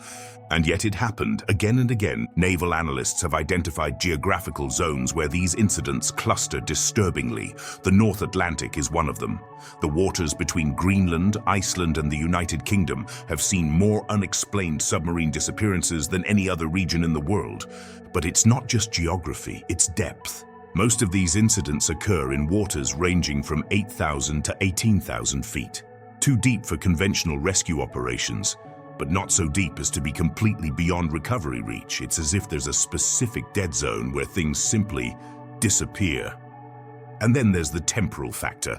Many of these events occur during what submariners call silence conditions, periods of minimal seismic activity, stable ocean currents, calm atmospheric conditions, moments when the ocean should be most predictable, safest.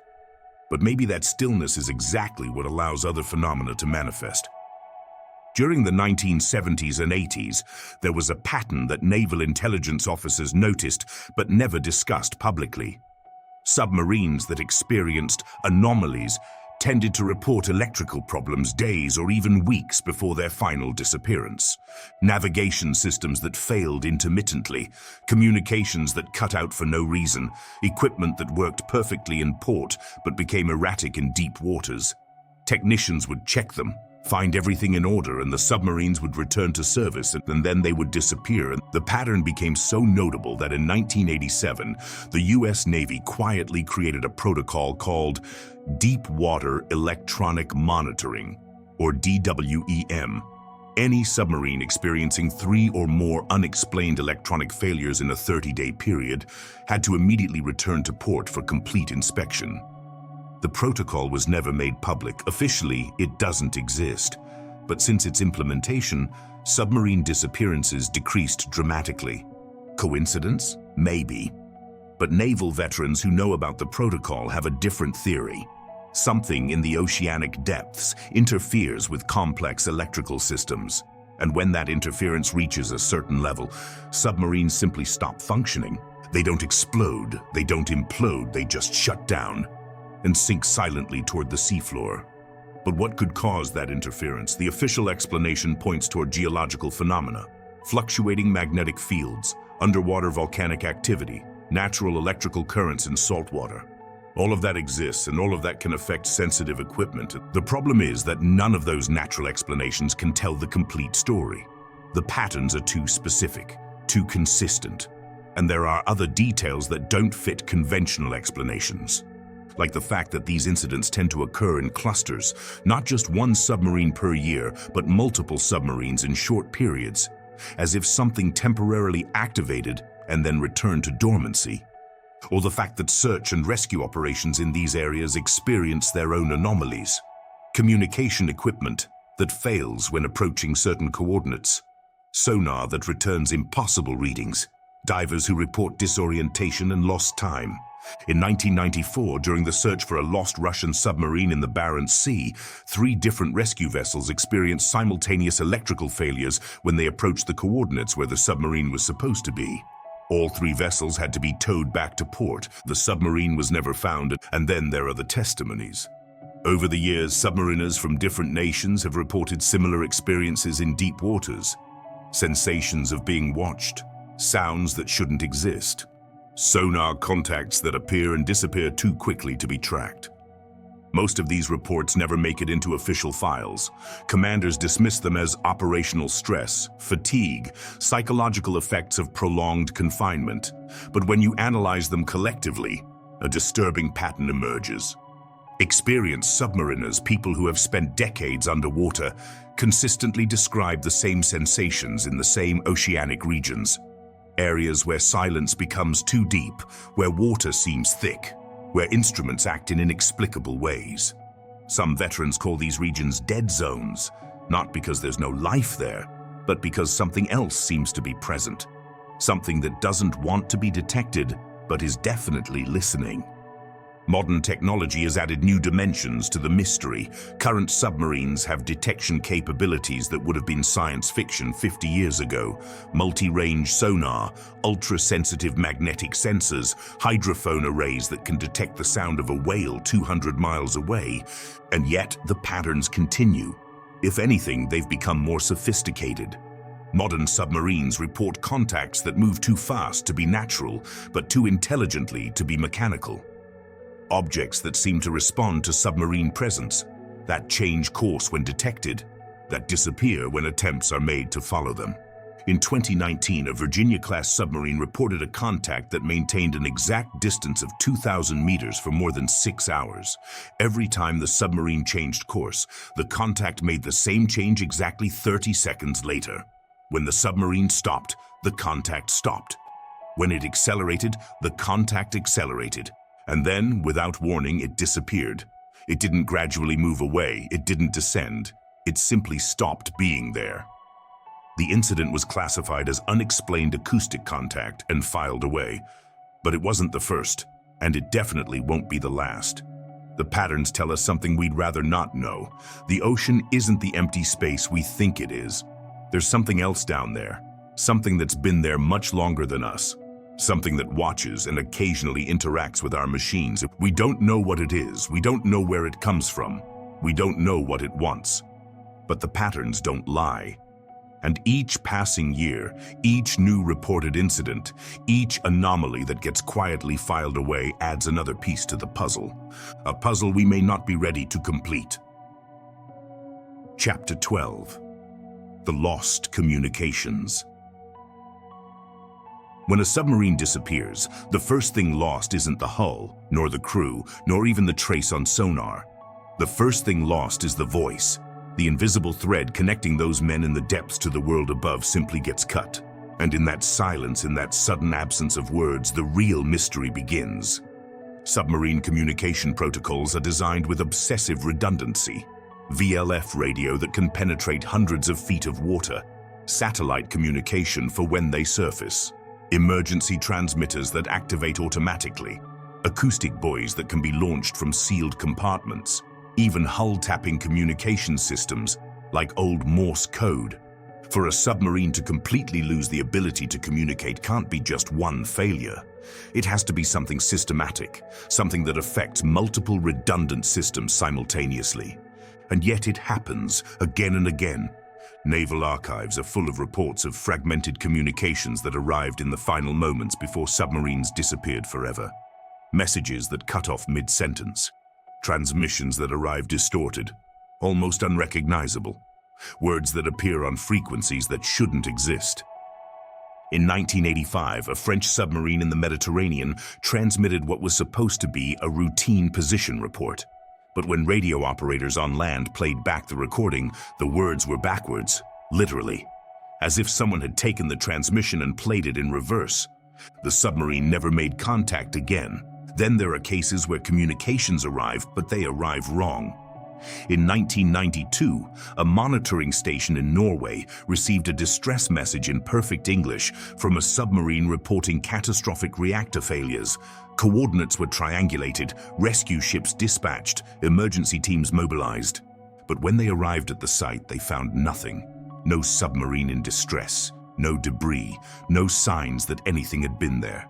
And when they checked with all nations' fleets, it turned out no submarine was operating in that area.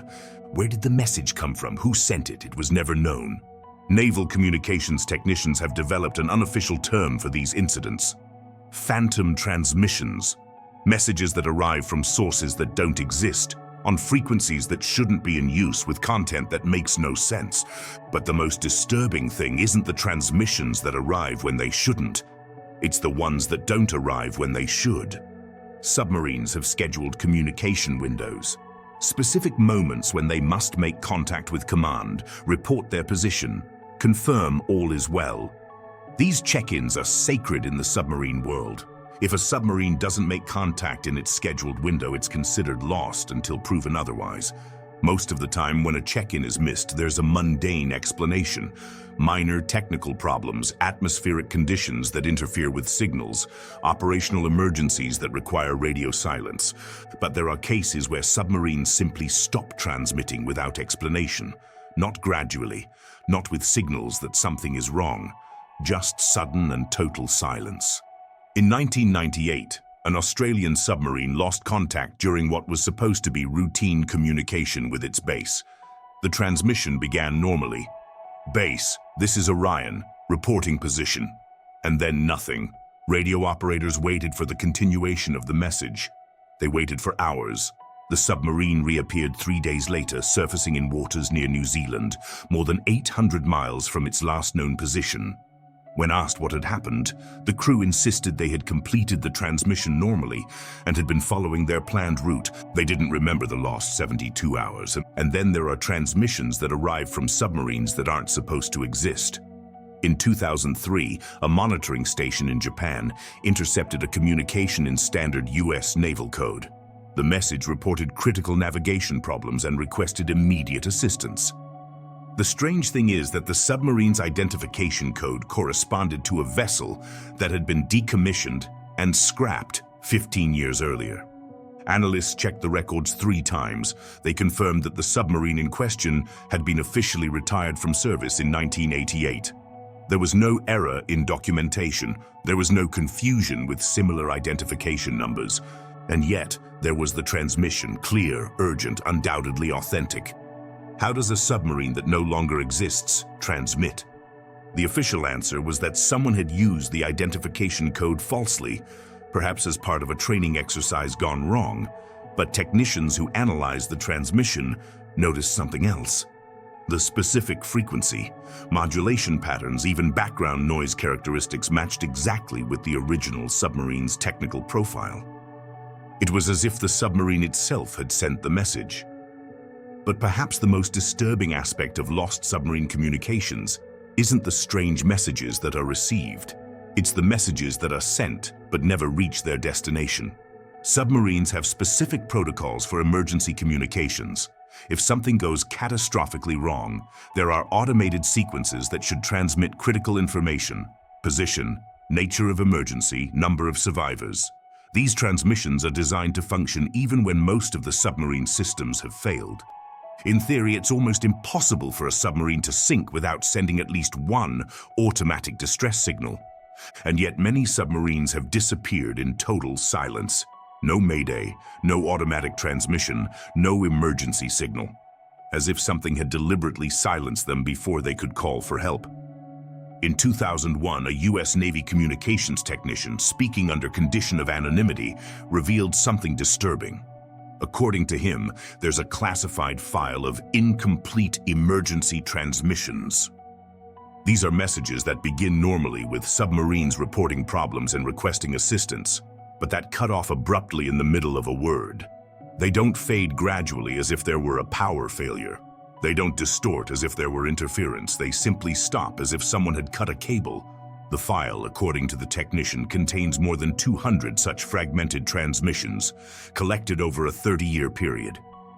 All follow the same pattern: normal emergency message that ends suddenly, followed by permanent silence. None of the submarines that sent these incomplete transmissions were ever seen again. Submarine communications technology has advanced enormously in recent decades. Modern submarines have satellite links that can transmit real-time video, quantum communication systems that are virtually impossible to intercept, and antenna arrays that can maintain contact even at extreme depths. But the patterns continue. If anything, they've become more sophisticated. Modern submarines report communication anomalies, messages that are sent but arrive with different content, transmissions that are received before being sent, frequencies that carry voices that don't belong to any crew member. In 2018, a U.S. Navy nuclear submarine reported receiving a transmission on its own internal frequency. The voice was clear, professional, definitely human, but it spoke in a language no crew member recognized. It wasn't Russian or Chinese or Arabic. It wasn't any known language. The message lasted exactly 47 seconds, then it stopped. It never repeated. When linguists analyzed the recording, they couldn't identify patterns consistent with any known human language. The phonetic structure, the cadence, even the way words were formed didn't match any linguistic family on record. And yet it was clearly communication. There was intonation, emphasis, patterns that suggested meaning. Someone, or something, was trying to say something. The question is, who was it talking to?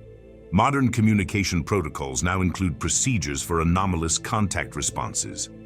If a submarine receives a transmission it can't identify, it shouldn't respond. It shouldn't acknowledge that it received it. It should only document the incident and continue with its mission. Silence apparently is safer than dialogue, but in the depths of the ocean, where pressure can crush steel and darkness is absolute, silence can be the most terrifying thing of all. Because in that silence, in that absence of human voice, other things can fill the void, and sometimes those other things have something to say. Chapter 13: Pressure and Depth, the Deadly Limits. At 1,000 feet below the ocean surface, pressure is 30 times greater than at sea level. At 10,000 feet, it's 300 times greater. At 20,000 feet, Where some of our lost submarines rest, the pressure is so intense it can compress steel as if it were aluminum foil. This is the physical reality that governs everything that happens in oceanic depths. There is no forgiveness here, no second chances. One mistake, one weak weld, one failing seal, and in microseconds the entire structure collapses inward with the violence of a nuclear bomb. But here's the thing that naval engineers have learned through decades of tragedies. Pressure doesn't just crush submarines. It also does strange things with sound, with light, with time itself. And at those extreme depths where few humans have been, the physical rules we understand on the surface begin to bend in disturbing ways. The physics of submarine destruction is brutally simple.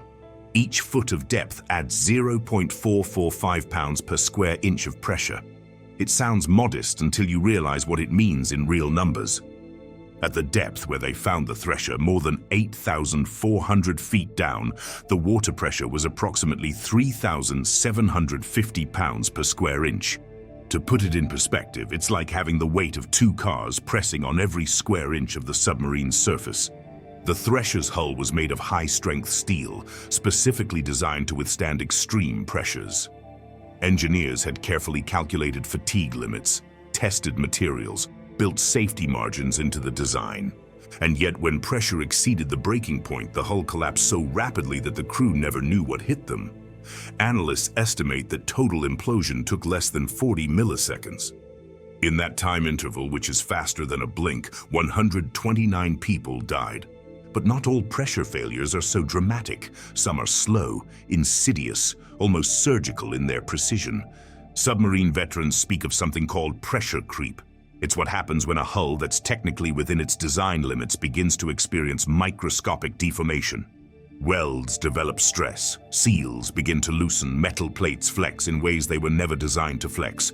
Most of the time, these changes are detected by sensitive instruments, and the submarine returns to the surface for repairs. But sometimes, especially in older submarines with less sophisticated monitoring systems, pressure creep continues silently until something critical fails. In 1989, a Los Angeles-class submarine experienced what official records describe as structural anomaly during deep dive operations. The submarine was conducting a test dive at 1,200 feet when hull sensors began registering anomalous readings. But here's the strange part. The pressure at that depth was well within the submarine's operational limits. There was no reason for the hull to experience stress. And yet sensors clearly showed that something was compressing the submarine from outside. The captain ordered an emergency ascent. When the submarine reached the surface, engineers examined the hull thoroughly. They found no structural damage, no signs of metal fatigue, nothing that would explain the anomalous readings. But some crew members reported something else. During the minutes before the emergency ascent, they had heard sounds coming from outside the hull. Not the normal creaking of metal under pressure, but something different, something that sounded almost like knocking. As if something on the outside was deliberately tapping the hull. The official report attributed the incident to sensor malfunction due to unknown environmental factors.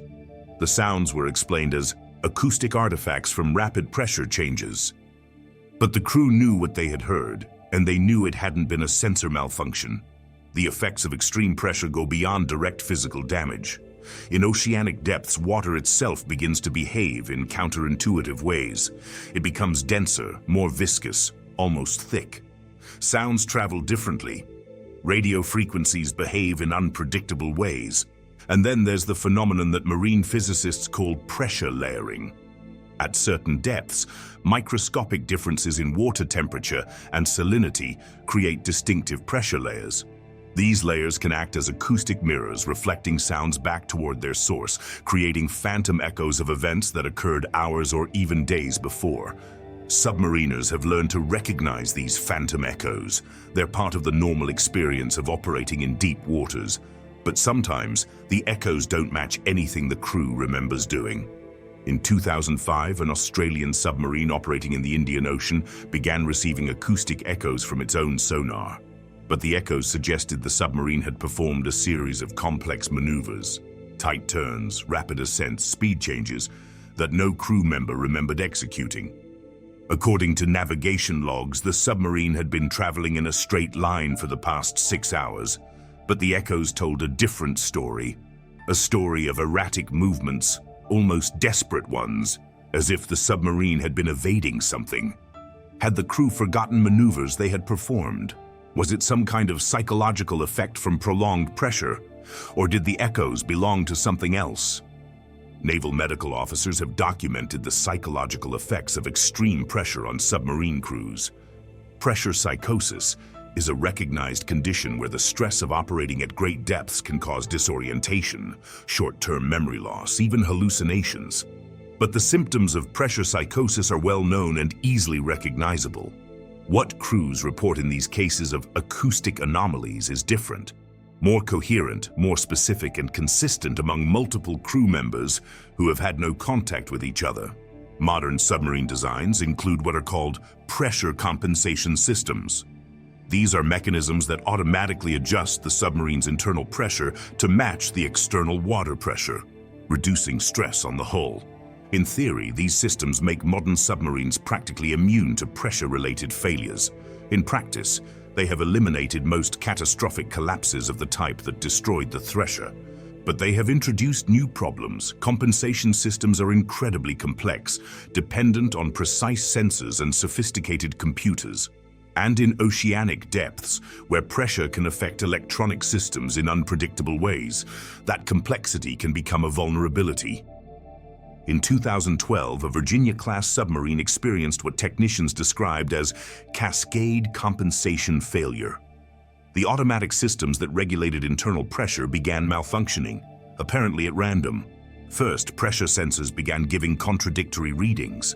Then, compensation systems began making erratic adjustments, increasing and decreasing internal pressure for no apparent reason. Finally, the entire computer network that controlled pressure went offline, leaving the crew without automatic protection against the forces acting on their vessel. The submarine had to make an emergency ascent. During the ascent, sensors registered something disturbing. The external water pressure seemed to be fluctuating independently of the submarine's depth. At 5,000 feet, sensors showed pressure equivalent to 8,000 feet. At 3,000 feet, they showed pressure equivalent to 10,000 feet. It was as if the very laws of physics had become misconfigured in that region of the ocean. When the submarine finally reached the surface, all systems returned to normal function. Subsequent diagnostics could find nothing wrong with the sensors or computers. The official explanation was environmental interference from unknown geological activity. But marine geologists confirmed there was no seismic or volcanic activity in the area that could have caused such anomalies. So what had been interfering with the submarine's systems, and why did the effects disappear as soon as they reached shallower waters? Oceanic depths represent one of the most hostile environments on Earth, not just because of pressure, but because of total isolation from solar energy, temperatures near freezing point, and complete absence of visual references. It's a world where normal human intuition doesn't work, where senses can easily deceive, where the line between reality and perception can become blurred. But it's also a world where we've sent our best and most experienced sailors, people trained to operate under extreme conditions, to maintain composure under pressure, to distinguish between real phenomena and psychological illusions. And when these highly trained professionals consistently report experiences they cannot explain, when the most sophisticated instruments register anomalies that defy scientific understanding, we have to ask ourselves, what else don't we know about oceanic depths? Maybe extreme pressure doesn't just crush metal and compress gases. Maybe it also opens doors to phenomena we don't understand, to interactions we haven't considered, to realities that exist only in the deepest and darkest places of our planet.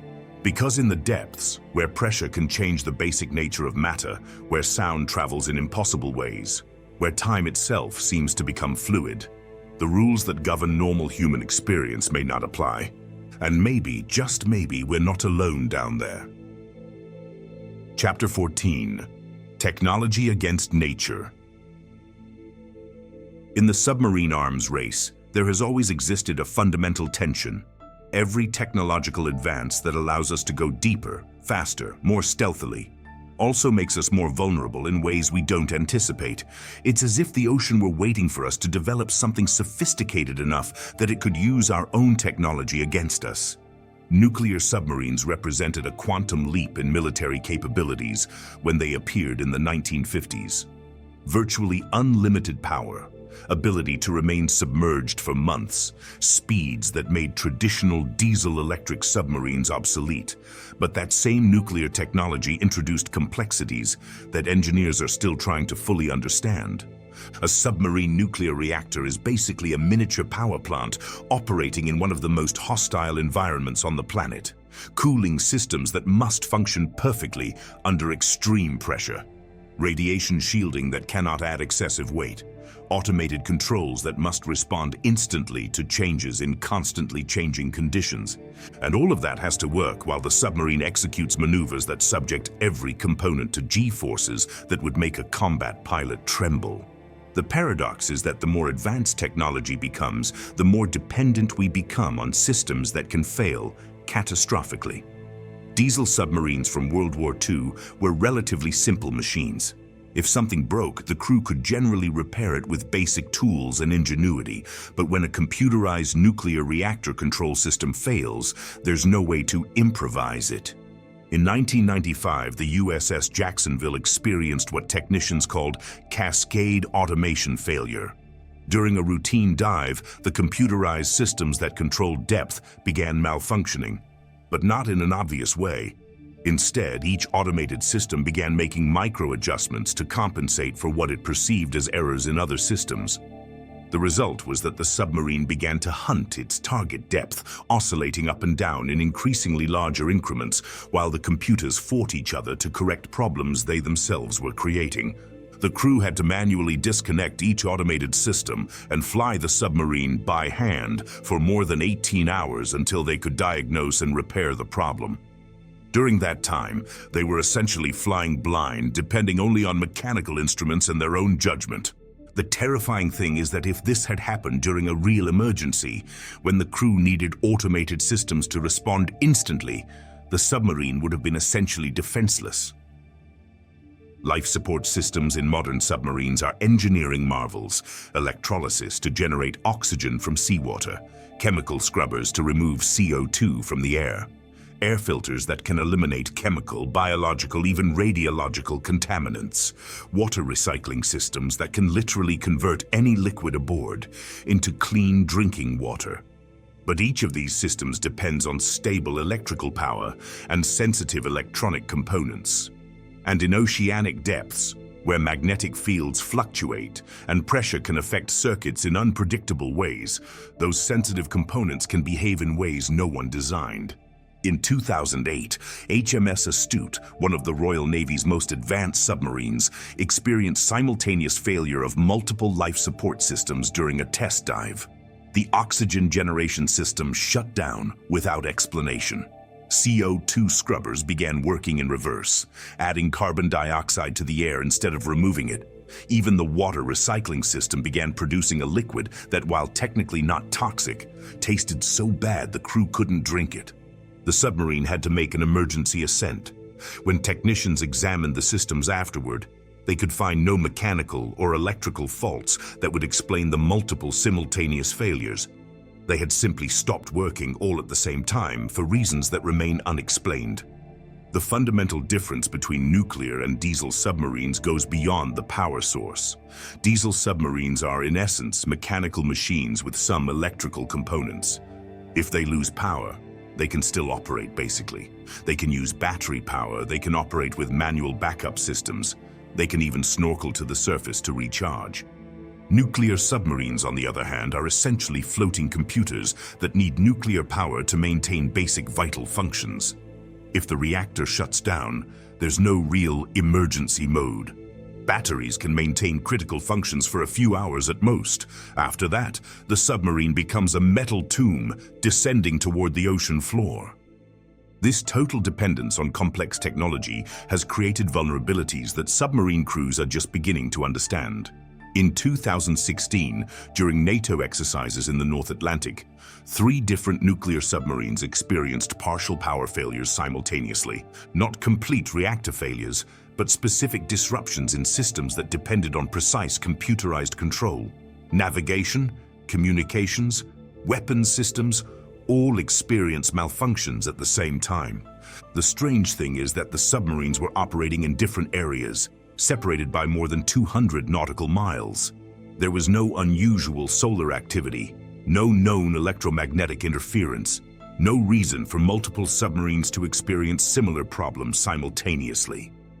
The incident was classified and never made public, but according to sources within NATO, it led to a complete review of security protocols for deep water operations. One of the ironies of modern submarine technology is that the more sophisticated our sensors become, the more strange things they detect. Current sonar arrays can distinguish between different types of whales by the sound of their heartbeats. They can detect the sound of shrimp clicking on the seabed 50 miles away. But that same sensitivity means they also pick up sounds that shouldn't exist, frequencies that don't match any known natural phenomena, acoustic patterns that suggest artificial sources but that don't correspond to any known human technology. Sonar operators have developed informal protocols for dealing with anomalous contacts that appear on their screens but that they cannot explain. The general rule is to document everything, but not report officially unless the contact represents a direct threat. As a result, there exists a vast, unofficial archive of strange sonar sightings that never make it into official reports. Objects that move too fast, that change direction too abruptly, that appear and disappear in ways that defy known physics. Automated defense systems in modern submarines are designed to respond to threats in milliseconds. They can detect incoming torpedoes, calculate interception trajectories, and deploy countermeasures before a human operator even realizes something is wrong. But in 2014, the USS Virginia experienced what technicians call phantom threat engagement. Defense systems detected what they identified as multiple incoming high-speed torpedoes.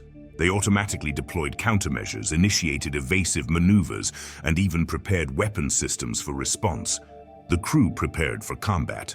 But when they manually checked the sensors, there were no real threats. There were no other submarines in the area, no torpedoes, nothing that could have triggered the automated response. The systems had responded to threats that simply didn't exist. Subsequent investigation revealed that the sensors had detected something that had the acoustic characteristics of multiple high-speed torpedoes. But that something wasn't human technology. It wasn't marine life, it wasn't a known geological phenomenon. It was something that automated systems interpreted as deadly threats, but that could not be identified by human analysis. These types of incidents have led to a disturbing question in naval defense circles. What if our most advanced technology is too sensitive? What if it detects things that exist, but that we don't understand? Modern submarines operate in a world of constant data. Torrents of information from dozens of different sensors, analyzed by computers that can process millions of calculations per second. Human crew monitors, but largely trust that automated systems will tell them what's important. But what happens when those systems begin detecting patterns that don't fit their programming? What happens when they encounter things the designers never anticipated? In oceanic depths, where pressure and darkness create conditions that don't exist anywhere else on Earth, our most sophisticated instruments are beginning to encounter phenomena that challenge our understanding of how the world works. And maybe that's not a technology malfunction. Maybe it's technology working exactly as it was designed, detecting things that are really there, things we might prefer not to know exist. Chapter 15. Espionage in the Depths. In the depths of the ocean, where sunlight doesn't reach and pressure can crush submarines like soda cans, an invisible war is being waged that has been ongoing for decades. It's not a war of torpedoes and explosions, but a war of information where the prize is knowing what the enemy is doing without them realizing you're watching. This is the reality of submarine espionage, a world where rules of engagement are written in whispers and battles are fought in total silence, where one submarine can follow another for weeks without being detected. gathering every possible fragment of intelligence about their capabilities, their patterns, their vulnerabilities. But in this silent war, sometimes the hunters become the prey, and sometimes both hunters and prey realize that something else is watching them both. Spy submarines don't appear on official organizational charts. They don't have hull numbers you can look up in public records. Officially, they don't exist. But unofficially, every major navy in the world operates specially modified submarines whose sole purpose is to find, follow, and study enemy submarines. These ghost ships are equipped with sensor arrays that can detect the sound of machinery hundreds of miles away, recording systems that can capture and analyze every noise a target submarine makes, cameras that can take clear photographs in the total darkness of the seafloor, and equipment that can do things no government will ever publicly admit. In 1993, a U.S. spy submarine, whose name remains classified, was following a Russian nuclear submarine in the Norwegian Sea. The mission was routine: maintain distance, document operational patterns, record acoustic signatures, the kind of work that had been done for decades without incident. But after 3 days of tracking, something strange began to happen. The American submarine's navigation systems began malfunctioning. Not dramatically, but subtly. Compass readings deviated a few degrees. GPS systems showed positions that were slightly incorrect. Nothing obvious enough to cause immediate alarm, but enough to make precise navigation nearly impossible. At first, the crew assumed it was natural interference. Arctic waters can be problematic for electronic systems, especially near the magnetic pole. But then they noticed something else. The Russian submarine they were following also seemed to be experiencing navigation problems. Both submarines began executing erratic navigation patterns, as if their crews were struggling with instruments that weren't responding correctly. And gradually, both submarines began converging toward a specific point in the ocean, not toward where either of them wanted to go, toward where something else was guiding them. The American captain ordered mission abort and withdrawal from the area. But navigation systems continued malfunctioning until they were more than 100 miles away. Only then did everything return to normal. The Russian submarine, according to subsequent intelligence reports, also abruptly left the area. Neither crew officially reported what they had experienced, but word filtered through intelligence channels that something in that region of the ocean had interfered with both submarines. What had the power to affect the navigation systems of two technologically advanced nuclear submarines? And why did it seem to be guiding them toward the same place? Submarine espionage operations depend on a fundamental premise that you can observe without being observed.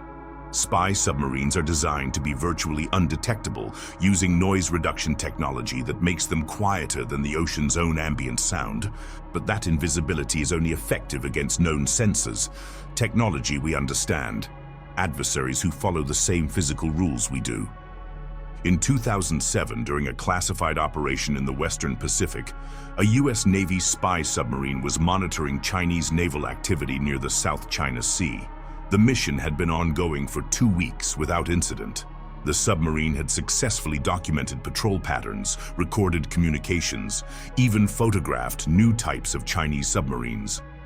But on the night of the 15th day, the submarine's sensors detected something unusual, an object moving directly toward them from the ocean depths. It wasn't a submarine. The acoustic signature was completely different from any known submarine technology. It moved too fast, too quietly, in patterns that suggested impossible maneuvering capabilities. The captain ordered silent running, total silent operation.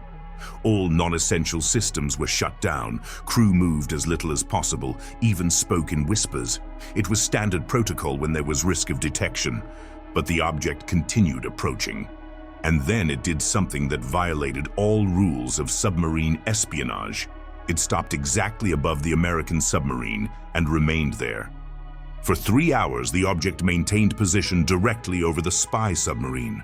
It didn't move, made no sound, simply waited, as if it knew exactly where the submarine was and was deliberately studying it.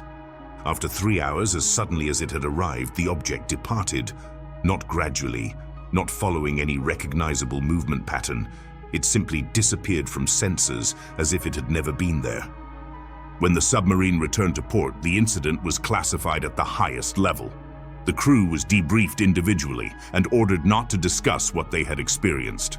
Officially, the incident never happened, but unofficially it led to significant changes in submarine espionage protocols, new procedures for anomalous contact situations, new protocols for when systems detect objects that cannot be identified, and new questions about whether the world's most advanced spy submarines really operate undetected, or if they simply haven't realized they too are being watched. Modern spy submarines can do things that would have been impossible even a decade ago. They can clone other submarines' acoustic signatures, making themselves appear like something completely different on sonar. They can deploy autonomous underwater drones that can follow targets independently. They can even hack enemy communication systems and insert false information. But all this sophisticated technology has created a disturbing paradox. The more advanced our espionage systems become, the more things they detect that they cannot explain. In 2019, a British spy submarine operating in the North Atlantic deployed what's called a passive acoustic array, a sensor system that can detect underwater sounds at extreme distances. The array was designed to detect Russian submarines that might be operating near UK underwater communication cables. But instead of Russian submarines, the array detected something else. Sounds that seemed artificial, too regular to be natural, too complex to be geological. But that didn't correspond to any known submarine technology. The sounds came from multiple directions, as if a network of unidentified objects was communicating with each other using acoustic frequencies that British systems could detect, but not decode. When analysts tried to triangulate the sound sources, the results were disturbing. The objects seemed to be distributed across thousands of square miles of ocean, maintaining fixed positions as if they were standing guard over something. Guard over what? And who or what was operating an underwater surveillance network that British intelligence services had never detected before? The reality of modern submarine espionage is that it's no longer limited to competition between human nations.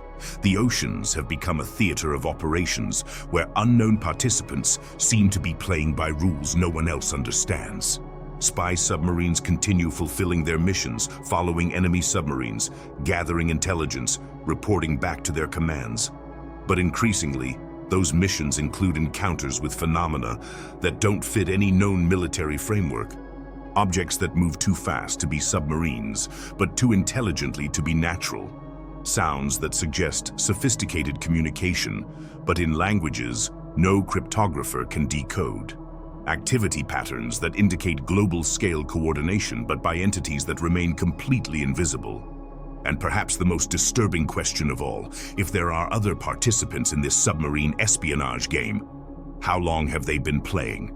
And what are they trying to learn about us? Because in the depths of the ocean, where espionage is conducted in absolute silence and secrets are kept in total darkness, the line between observer and observed is becoming increasingly blurred.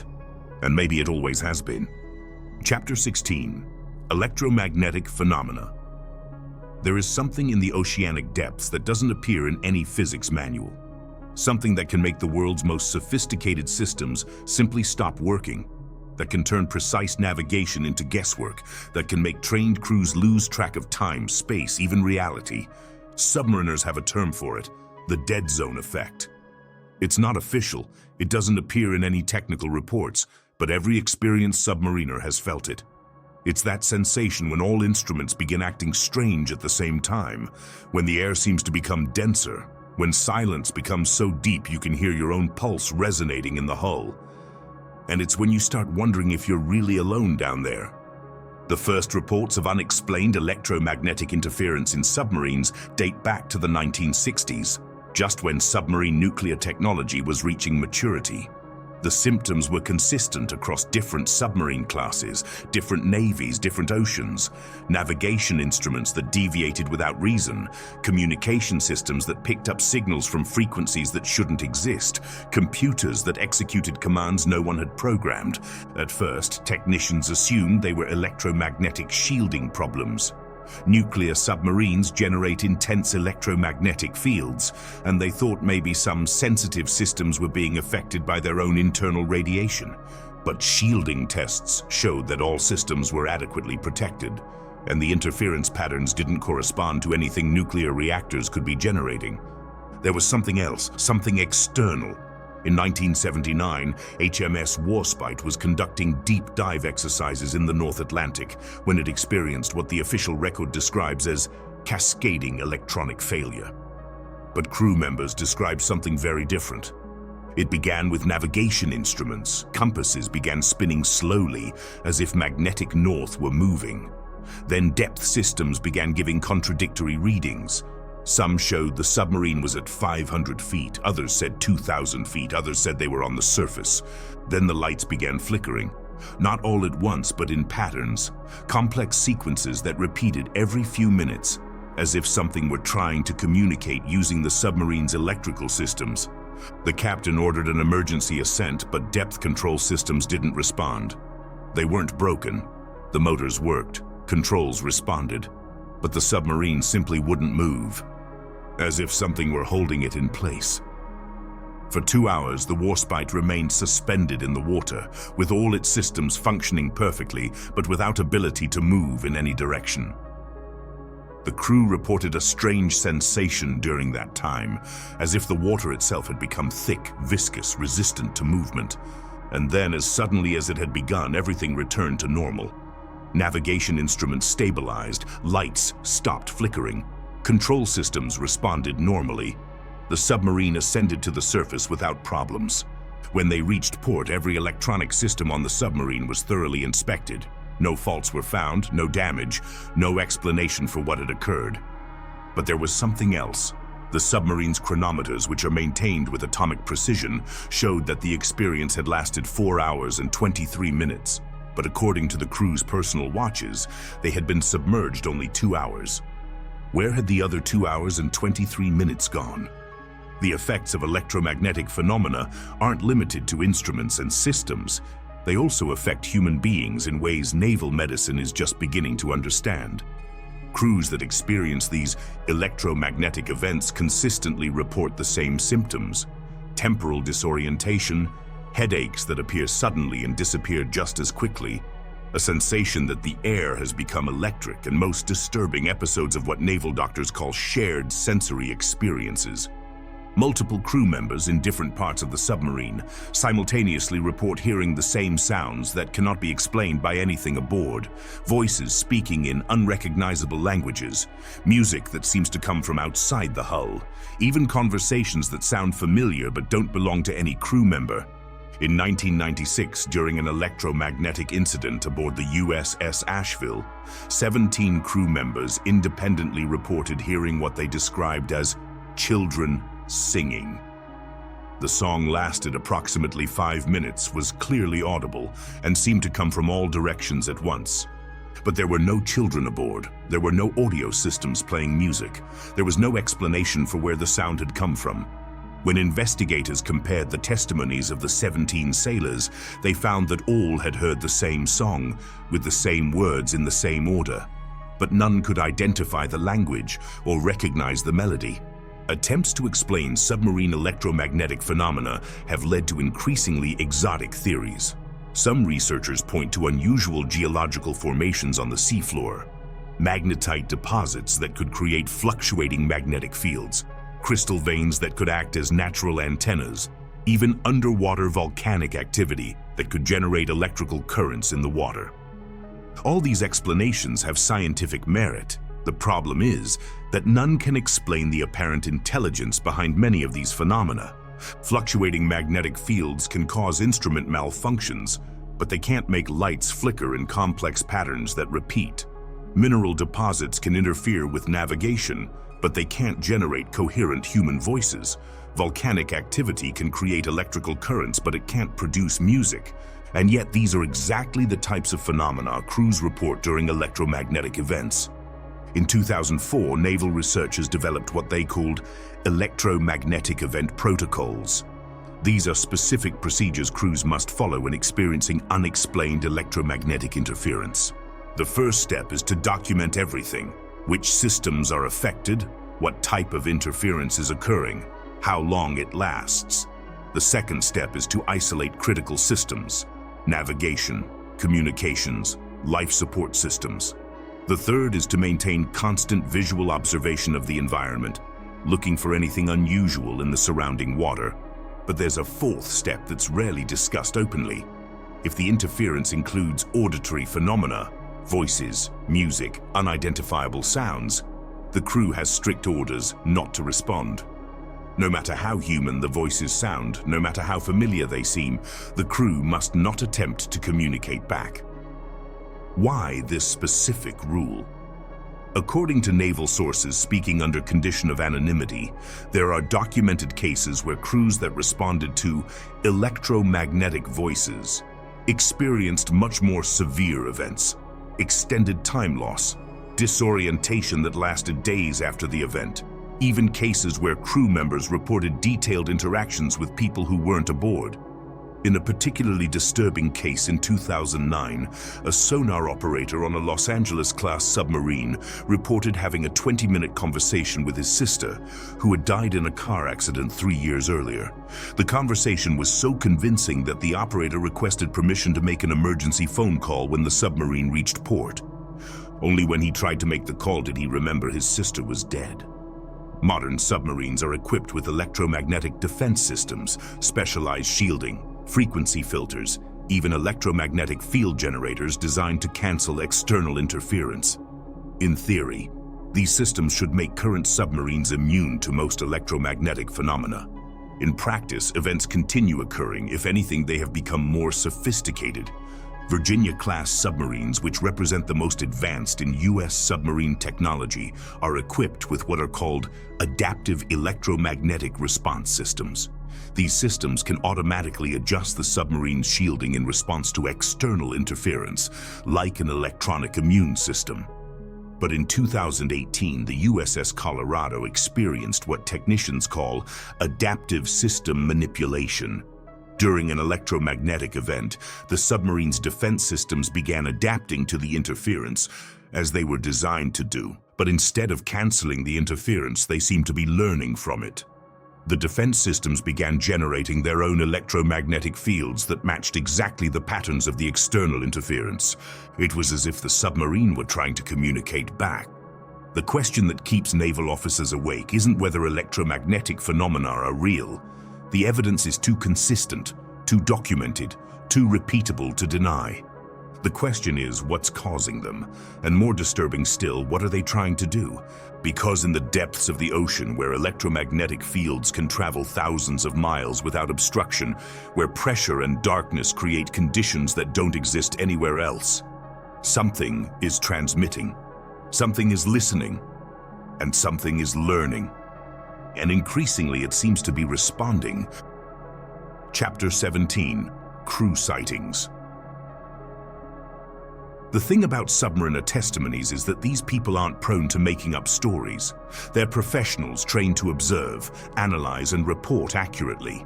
They spend months underwater in confined spaces where survival depends on maintaining composure under extreme pressure. They're not the type of people who see things that aren't there. But when multiple members of experienced crews on different submarines in different oceans report seeing exactly the same impossible things, then you have to start wondering if maybe those impossible things aren't so impossible after all. Classified files of submarine crew sightings go back to the 1950s, but most of the best documented cases occurred during the 1980s and 1990s, when periscope technology advanced enough to capture visual evidence of what crews were seeing. In 1987, the French nuclear submarine Le Triomphant was conducting routine patrols in the Mediterranean when the officer of the watch, using the night periscope, observed what he initially thought was an enemy submarine on the surface. But when he adjusted focus, he realized it wasn't a submarine at all. It was a solid metallic structure, approximately 80 meters long, but with a shape completely different from any known naval vessel. It had no conning tower, no visible superstructure, nothing that resembled conventional human technology. It was simply a perfect cylinder floating on the sea's surface. The officer called the captain and 3 other crew members. All observed the object for approximately 15 minutes through the periscope. They took photographs. They documented the exact position. And then they saw something none of them could explain. The object began to sink, not like a submarine diving using ballast tanks and diving planes, but as if it were simply dissolving into the water. There was no bubbling, no surface disturbance, no sound picked up by sonar. The object simply faded beneath the waves as if it were made of something less solid than water itself. The photographs were immediately confiscated when the submarine returned to port. The 4 witnesses were interrogated separately by naval intelligence officers. They were ordered to sign non-disclosure agreements under threat of court-martial. But the story leaked anyway. And it wasn't the only case. In 1991, during NATO exercises in the North Atlantic, a British submarine, HMS Turbulent, reported visual sighting of what the crew described as multiple craft of unknown origin operating in coordinated formation. According to the official report, which was partially declassified in 2019, the officer of the watch observed 5 objects on the surface moving in perfect formation at an estimated speed of 45 knots. But they weren't ships. They had no visible hulls, no apparent propulsion. They created no wakes in the water. They seemed to be gliding over the ocean's surface as if the water were solid ice. The crew maintained visual observation for 23 minutes. During that time, the objects executed maneuvers that included 90-degree turns without reducing speed, formations that changed instantly from straight line to diamond to triangle, and most disturbing, moments where one of the objects simply disappeared and reappeared in a completely different position. When the submarine attempted to approach for more detailed investigation, all 5 objects submerged simultaneously, not gradually, but as if they had fallen through a trapdoor in the ocean's surface. In seconds, they were completely underwater and never appeared on sonar again. The psychological effects of these sightings on crews are consistent and disturbing. Submariners who have had visual encounters with unidentified objects report an immediate sensation that they are being observed back. It's not paranoia. It's a visceral certainty that whatever they're seeing is aware of their presence. In 1994, a periscope operator on the Australian submarine HMAS Collins reported a sighting that affected him so profoundly, he requested immediate transfer out of submarine service. During a night patrol in the Indian Ocean, he observed what he described as a structure that didn't belong in this world. A perfect geometric formation, an inverted pyramid, that rose from the water as if it were mounted on an invisible platform beneath the surface. But what most disturbed him wasn't the structure itself. It was what he saw when the structure seemed to notice it was being observed. According to his testimony, lights began flickering in complex patterns along the pyramid's surface, patterns that seemed to respond directly to his periscope movements. When he moved the periscope left, the lights moved left. When he moved it up, the lights moved up. It was as if the structure were deliberately mimicking his actions, as if it were trying to communicate. The operator observed this interaction for approximately 10 minutes before panic overwhelmed him. He reported that the sensation of being studied by something vastly intelligent but completely alien became unbearable. He closed the periscope and refused to open it again until the submarine moved away from the area. After the incident, he experienced recurring nightmares, anxiety attacks when working with periscopes, and a persistent conviction that it followed me home. He never fully recovered from the encounter. The most disturbing sightings involve objects that seem to defy not only the laws of physics, but also the laws of optics. In 1999, the crew of the U.S. submarine USS Seawolf reported observing what they called impossible geometries underwater. Using a periscope equipped with light intensification for underwater observation, they saw structures that seemed to change shape while being observed, cubes that became spheres, cylinders that bent at impossible angles, surfaces that seemed to be simultaneously concave and convex. Most disturbing was that these objects didn't follow normal rules of perspective. When the submarine moved to get a better viewing angle, the objects seemed to move too, always maintaining the same relative orientation to the observer. It was as if they existed in a different dimension, where normal rules of three-dimensional space didn't apply. 3 different crew members observed these objects over a 40-minute period. All described the same impossible geometries, the same contradictory movements. But when they tried to photograph them, cameras captured only empty water. It was as if the objects were visible to the human eye, but invisible to technology. Modern naval protocols include specific procedures for handling anomalous visual contacts. Crews have orders to document everything: time, location, environmental conditions, detailed object description, sighting duration. But they also have strict orders not to attempt communication, no matter how intelligent or responsive the object appears, no matter how clearly it seems to be trying to interact. Crews must not attempt to respond or make contact. Why this specific prohibition? According to naval sources, there are documented cases where crews that attempted to communicate with unidentified objects experienced severe consequences. Complete loss of navigation systems, electromagnetic interference that lasted days. Even cases where some crew members reported receiving messages they couldn't understand, but that obsessed them for months. In a particularly disturbing case in 2003, a periscope operator on a Virginia-class submarine attempted to signal with lights toward an object that seemed to be responding to his presence. Immediately afterward, he began receiving what he described as downloads directly into his mind. Technical information about submarine systems he shouldn't have known. Details about classified missions outside his authorization level. Even knowledge about locations of other submarines that should have been impossible for him to know. He was immediately transferred out of submarine service and spent 6 months in psychiatric evaluation. He never returned to active duty. The question that haunts naval officers is simple. If these objects are so advanced they can defy physical laws, if they're so intelligent they can respond to human observation, if they're so sophisticated they can interfere with our most advanced systems, then what do they want? Why do they let themselves be seen? Why do they interact with our submarines?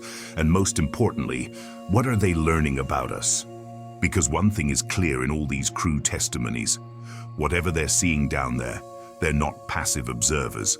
They're studying, evaluating, perhaps even cataloging our capabilities and limitations. And each visual encounter is another opportunity for them to learn a little more about us. Chapter 18. Impossible Rescues. When a submarine is lost, the first question isn't what happened. The first question is how much time is left. How much air, how much power, how much hope before the brutal mathematics of submarine survival turn a rescue mission into a body recovery operation. Submarines are designed to be self-sufficient, but when something goes catastrophically wrong, that self-sufficiency becomes a trap. They're too far from the surface for individual escape, too deep for conventional rescue, too specialized for any improvised equipment to have real chances of success. And sometimes, when everything goes perfectly right, when rescue teams arrive on time, when technology works as it should, submarines simply aren't there, as if something else had rescued them first. The standard protocol for submarine emergencies is called SUBSUNK, Submarine Sunk. It's a militarily precise procedure that activates automatically when a submarine misses its scheduled check-in. Within 4 hours, specialized rescue teams are in motion. Within 12 hours, surface ships are en route to the last known position. Within 24 hours, deep-water submarine rescue vehicles are operational. In theory, if a submarine is in less than 2,000 feet of water and the crew can survive the first 72 hours, there's a real chance of successful rescue.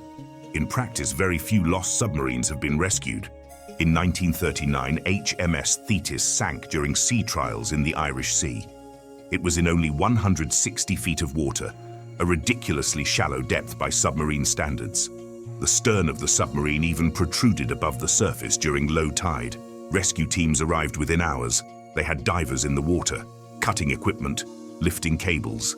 And yet it took 3 days to rescue only 4 survivors from a crew of 103. It was a disaster that led to the development of practically all modern submarine rescue procedures: escape suits, portable pressure chambers, specialized rescue vehicles, emergency communication systems, everything designed to ensure a tragedy like Thetis would never happen again. And for decades it worked. Submarine rescues became routine, efficient, successful, until they stopped being so. In 1998, the Russian submarine Kursk experienced catastrophic explosions during naval exercises in the Barents Sea. The explosions were detected by seismic sensors across the entire North Atlantic. Rescue teams were mobilized immediately. Russia accepted unprecedented international help. The world's best submarine rescue teams converged on the site. But when they finally managed to access the emergency compartment where survivors should have been waiting, they found evidence that 23 sailors had survived the initial explosions. They had correctly activated emergency equipment, sealed the compartment, done everything according to protocol. But they were no longer there. Investigators found the bodies of the 23 sailors in parts of the submarine that should have been completely flooded and inaccessible from the emergency compartment. It was as if they had abandoned the relative safety of their refuge to deliberately head towards sections of the submarine that guaranteed instant death. Why would 23 experienced submariners abandon the only place on the submarine where they had a chance of survival? What had driven them to move toward parts of the hull they knew were fatally compromised? Modern submarine rescue systems are technological marvels. The Deep Submergence Rescue Vehicle, DSRV, can descend to depths of up to 5,000 feet, mate with disabled submarine escape hatches, and rescue up to 24 people per trip. ROVs, remotely operated vehicles, can cut through damaged hulls, deliver emergency supplies, even establish communication with survivors. But all this technology depends on finding the submarine first, and increasingly, submarines that should be in known locations simply aren't there when rescue teams arrive. In 2007, a Kilo-class submarine of the Venezuelan Navy, the Sabalo, experienced critical power failures during a training dive in the Caribbean. The submarine managed to send an automatic distress signal that included its exact position, the number of survivors aboard, and the nature of the emergency. US and Colombian rescue teams responded immediately. They had teams in the water within 8 hours. ROVs located the exact position transmitted in the distress signal. But there was no submarine.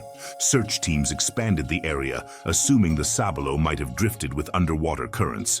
They used long-range sonar, magnetometers, even seismic equipment to detect the submarine's metal hull on the seafloor. They found nothing. It was as if the submarine had disappeared completely. 3 days later, the Sabalo surfaced more than 800 nautical miles from its last known position. The entire crew was aboard. Everyone was alive, and all insisted they had been following standard emergency procedures during the lost 72 hours. But they had no memory of how they had traveled so far or who had rescued them. Subsequent medical analyses showed the entire crew had been exposed to a gas mixture that didn't correspond to the submarine's normal atmosphere. It wasn't toxic, wasn't dangerous, but included elements that shouldn't have been present in a closed submarine with power failures. It was as if they had been breathing air from another source during the lost 72 hours. The most successful submarine rescue operations often involve what technicians call ghost assets. Rescue teams that appear on scene before being officially dispatched. Technology that works better than should be possible. Rescues that complete in timeframes that defy human logistics. In 2012, the Portuguese submarine Tridente experienced catastrophic flooding during exercises near the Azores.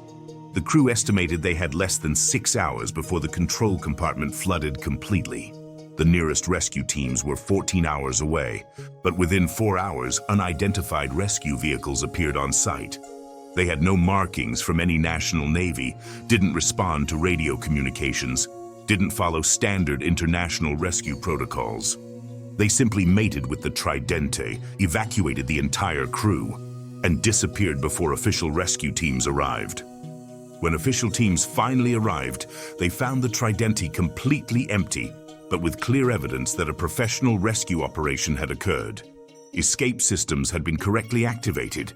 Hatches had been opened from outside using appropriate techniques. Emergency medical supplies had even been left for any possible additional survivors. The Tridente's crew was found 3 days later in a life raft near the coasts of Morocco. They had no memory of who had rescued them or how they had traveled so far. They only remembered that professionals came and got us out. Records from all Atlantic navies were reviewed. None had rescue vehicles in that area during the relevant time frame. Who had rescued the Tridente's crew, and why didn't they identify themselves? Modern submarine rescue protocols include procedures for unknown asset coordination. If unidentified rescue vehicles appear during an emergency, official teams have orders to allow them to proceed if they demonstrate capability and intent to help. It's a tacit admission that there are operators in the world's oceans with submarine rescue capabilities that exceed those of official navies. But who are they? Where do they come from? And why do they operate in total secrecy? In 2019, an Indian submarine experienced critical reactor failures in the Indian Ocean. Emergency procedures had failed, backup systems weren't responding, and the crew faced inevitable radioactive exposure within hours. Rescue teams from multiple nations mobilized, but all were more than 20 hours away. It was mathematically impossible to arrive in time. And then sensors detected a massive acoustic signature approaching from the depths. Something enormous. Something moving faster than any known underwater vehicle, something generating sonar patterns completely outside any naval database. The object approached the Indian submarine, maintained position for exactly 73 minutes, and then departed. When official rescue teams arrived, they found the Indian submarine on the surface, with all emergency systems functioning perfectly. The crew was healthy, radiation levels were normal, and all critical failures had been repaired using techniques no crew member understood. Engineers who subsequently inspected the reactor found repairs that had been made using technology more advanced than anything in human naval inventories. Repairs that had been made from outside the hull at depths where no human diver could have survived. The question that keeps naval commanders awake is simple. In an ocean we think we understand, surrounded by technology we think we control, who else is out there? Who has the capability to rescue submarines faster than our best teams? Who operates vehicles that can repair nuclear reactors at impossible depths? And why do they help without asking for recognition? Maybe the answer is that we're not as alone in the oceans as we think. Maybe there are others who have been there much longer than us, who understand the seas in ways we're just beginning to imagine. And maybe, just maybe, when our submarines are lost in the blue vastness, we don't always lose them forever. Sometimes something else finds them first. Chapter 19. Experimental Weapons. The line between defensive research and offensive weapons development has always been thin in the submarine world. But in the oceanic depths, where there are no witnesses and experiments can be conducted in absolute secrecy, that line becomes practically invisible. Submarines have served as testing platforms for technology that was never supposed to exist officially. Weapons that violate international treaties, systems that defy the laws of physics, experiments that cross ethical boundaries most people didn't even know existed. And when these experiments go wrong, when experimental technology works too well or not well enough, the consequences tend to disappear along with the submarines that carried them. In 1987, the Soviet Union began development of what later classified files called Project Deep Thunder. It was an acoustic weapons system designed to use the natural properties of water as a transmission medium for sonic frequencies that could disable enemy equipment or even incapacitate crews at distances of up to 50 nautical miles. The theory was sound. Sound travels 5 times faster in water than in air, and certain frequencies can interfere with electronic systems or even affect human inner balance. If you could generate and direct these frequencies with precision, you would have an invisible weapon that could attack enemy submarines without firing a single torpedo. The project was highly classified, developed in secret underwater laboratories in the White Sea. The first prototypes were promising. They could disable sensitive electronic instruments at distances of up to 10 miles. But when they installed the system on the experimental submarine K-278 for field testing, something went terribly wrong. During the first full-power test, the Deep Thunder system didn't just affect the test target, it affected the K-278 itself. Navigation systems began to fail, the crew began experiencing severe disorientation, and the nuclear reactor started showing anomalous readings. But most disturbing was that the system seemed to be affecting things that weren't being targeted. Other submarines in the area, more than 100 miles away, reported inexplicable electrical malfunctions.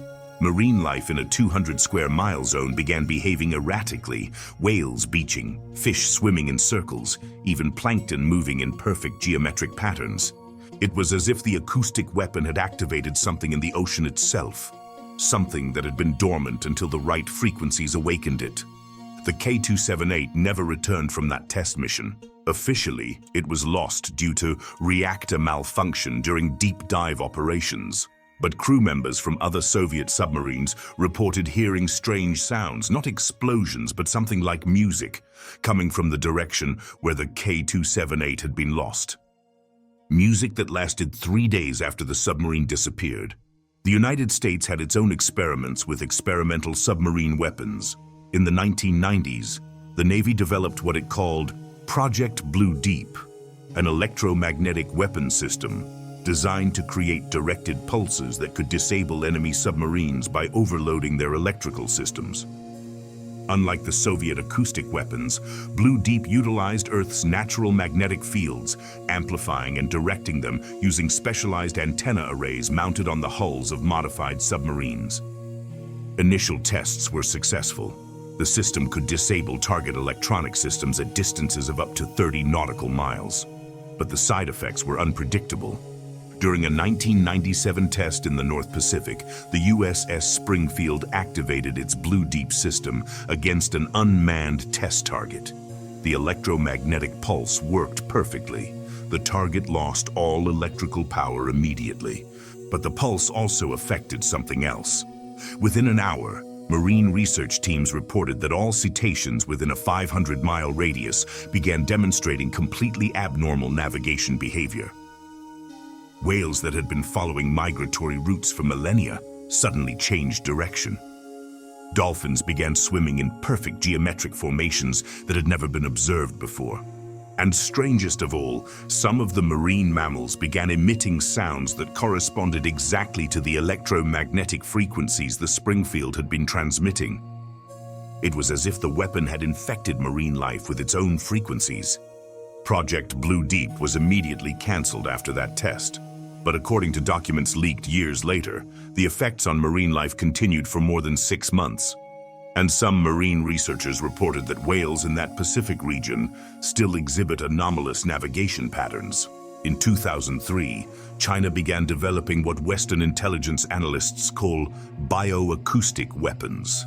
The theory was that certain sound frequencies could directly affect human physiology, causing anything from disorientation to complete incapacitation. The experiments were conducted using the experimental submarine Type 032, modified with high-powered sound generators. Initial test targets were simulations, but gradually the experiments evolved to include tests on marine life. What they discovered was that certain frequency combinations didn't just affect living organisms, they seemed to communicate with them. During a test in the South China Sea, the Type 032 activated its bioacoustic system against a school of fish as a test target. Instead of disorienting the fish, the system seemed to organize them. The fish began moving in complex formations, executing coordinated maneuvers that required levels of communication never observed in marine life. And then they began approaching the submarine, not aggressively but curiously. Thousands of fish surrounded the Type 032, maintained position around the submarine for hours, as if they were studying it. When the submarine moved, the fish followed. When it stopped, they stopped. It was as if the bioacoustic weapon had established some kind of communication with marine life, a dialogue that the Chinese scientists didn't understand, but was clearly occurring.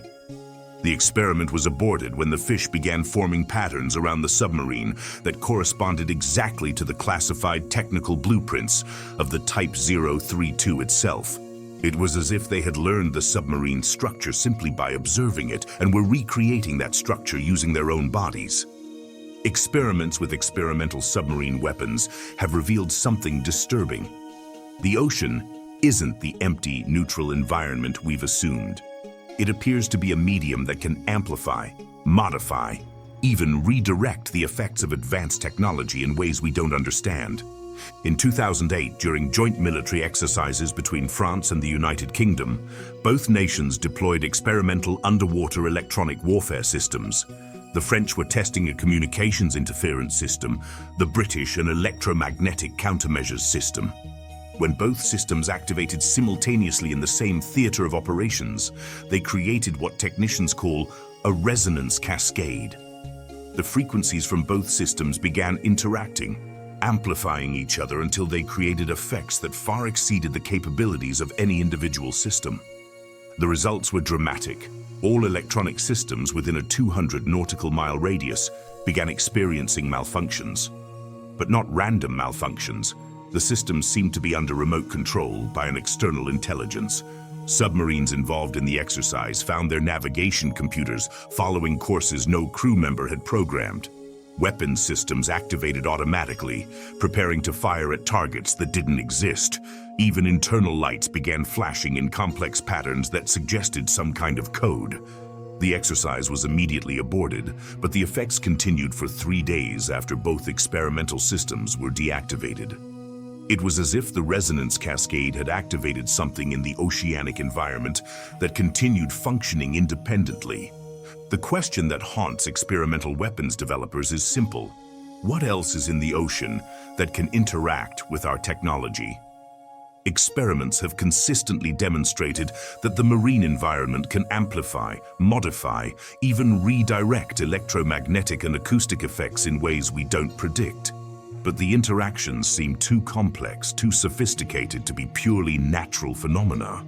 In 2015, an experimental American submarine testing a new type of deep penetration sonar discovered something disturbing in the depths of the Atlantic. The sonar was designed to map geological structures up to 50,000 feet beneath the seafloor. But instead of finding rock and sediment, the sonar detected what appeared to be artificial structures. Regular geometries, hollow spaces, even what looked like chambers connected by tunnels. When they tried to use sonar to map these structures in more detail, something responded. The return echo wasn't simply the reflection of their sonar signal. It was a modified signal, more complex, that included information they hadn't transmitted. It was as if something in the depths had taken their signal, studied it, and sent back an improved version. Experiments with submarine weapons have revealed that we're not alone in the oceans. There are intelligences, technologies, perhaps entire civilizations that have been operating beneath the waves much longer than us. And our most advanced experiments are finally sophisticated enough to detect their presence. The question is no longer whether our experimental weapons work. The question is what we're going to need to use them against. Because every test, every experiment, every new technology we deploy in the depths seems to be watched, studied, perhaps even answered. And whatever is answering has capabilities that make our most advanced weapons seem primitive in comparison. The submarine arms race has evolved beyond competition between human nations. It now includes participants we didn't even know existed, and we're very, very behind in that race. Chapter 20: Secret Submarine Bases. During the Cold War, the superpowers built more than submarines. They built entire cities underwater. Installations that officially never existed, bases that don't appear on any map. Submarine communities where engineers, technicians, and military personnel lived for years without setting foot on dry land. Building permanent submarine bases presented unique challenges. Not only did you have to create structures that could withstand extreme oceanic pressure, but you also had to keep them completely hidden from enemy detection, and in some cases, keep them hidden even from your own government. In 1963, the Soviet Union began construction of what internal files called Object 825 GTS in Balaclava Bay, Crimea.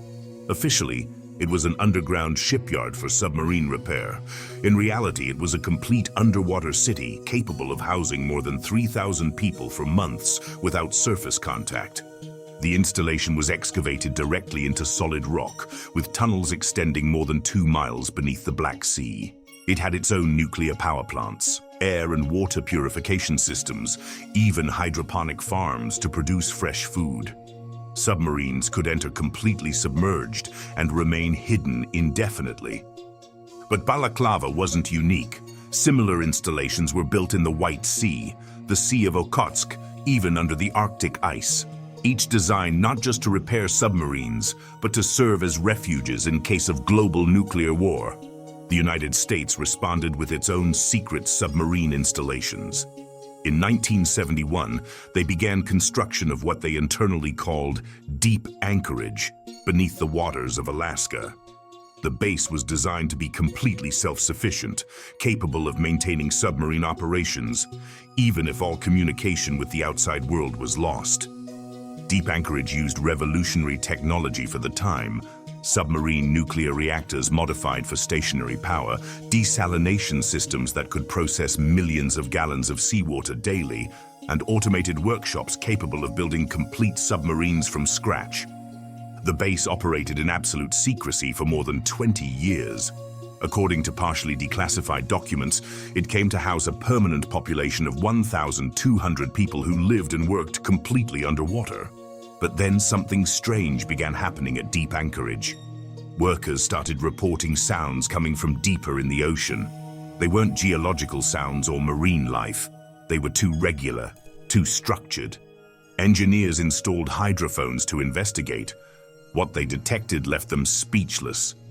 There was another installation below, much below, an artificial structure at depths where pressure should make any human construction impossible.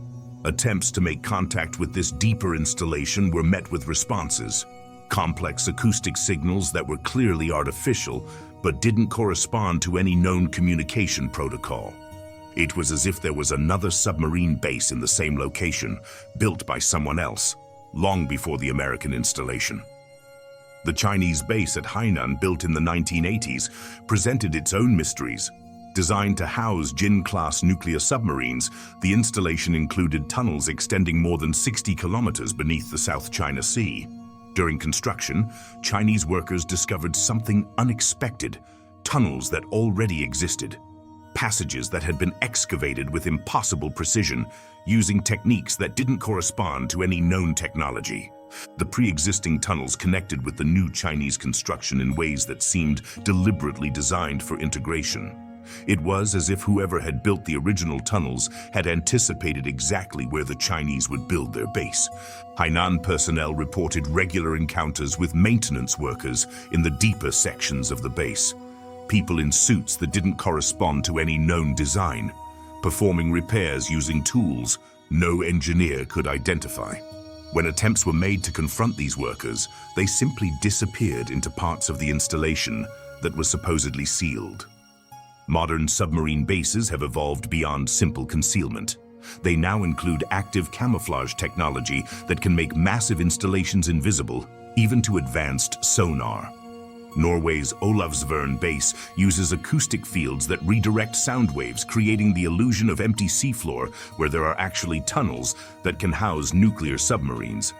But camouflage technology has revealed something disturbing. When you activate systems to make yourself invisible, you also become capable of detecting other things that are hidden. And it turns out the ocean is full of installations that don't appear in any human records. In 2018, Britain's Faslane base activated its new acoustic camouflage system during routine exercises. The system worked perfectly. The base completely disappeared from all test sensors. But it also revealed the presence of at least 7 other submarine installations within a 100 nautical mile radius. Structures that didn't correspond to any known construction by the United Kingdom, United States, Russia, or any other nation. Installations that had been operating in total secrecy, possibly for decades, without anyone detecting them. When attempts were made to contact these unknown installations, they received responses in codes no cryptographer could decipher.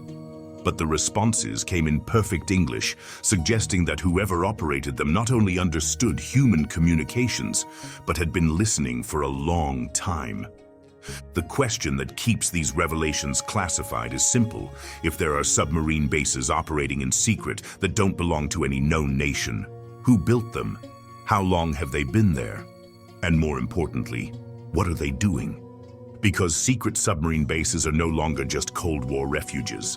They've become contact points with something that's been in the oceans much longer than us. Chapter 21: Communications from the Abyss. In the most remote oceanic depths where pressure can crush steel like paper and darkness is so complete that light has never existed, there are voices, Not human, but definitely intelligent. Not familiar, but speaking in ways that our most advanced communication equipment can detect and even partially translate. The first documented contact with what naval technicians call deep source communications occurred in 1976. A U.S. Navy monitoring station in the Aleutian Islands picked up a transmission coming from the depths of the Aleutian Trench. The signal was incredibly powerful, much stronger than anything human submarine technology could generate at those depths. But what really surprised analysts was the content, precise coordinates of Soviet nuclear submarines that were operating in the North Pacific at the time. Coordinates that were more accurate than anything the American tracking systems themselves could generate. How could something in the abyssal depths know the exact positions of enemy submarines? And why was it transmitting that information on frequencies the United States could intercept? During the 1980s, these deep source communications became more frequent and more sophisticated. Transmissions arrived in multiple languages: English, Russian, Mandarin, even local dialects only spoken by specific submarine crews. In 1983, a French submarine received a transmission in perfect French that included detailed information about a mechanical failure developing in its nuclear reactor. The information was so precise it allowed the crew to repair the problem before it became catastrophic. But the transmission included technical details about the reactor that weren't available to anyone outside a very small circle of French nuclear engineers. It was as if whoever sent the message had access to the submarine's most classified construction blueprints. Analysis of deep source communications revealed disturbing patterns. Transmissions always came from the deepest parts of the ocean, areas where pressure should make any known communication technology impossible, and they always contained information the sender shouldn't have been able to know. In 1991, during the Gulf War, multiple American submarines received transmissions that included detailed information about Iraqi naval movements in real time. The information was so current and precise it fundamentally changed operational strategies for submarine warfare. But the American submarines were operating in the Mediterranean, thousands of miles from the Persian Gulf. There was no way their communication systems could receive real-time intelligence from that distance. And the transmissions came from below, not from satellites or terrestrial bases. In 1998, naval researchers discovered something even more disturbing. Deep source communications weren't just transmitting information, but also seemed to be learning from human responses.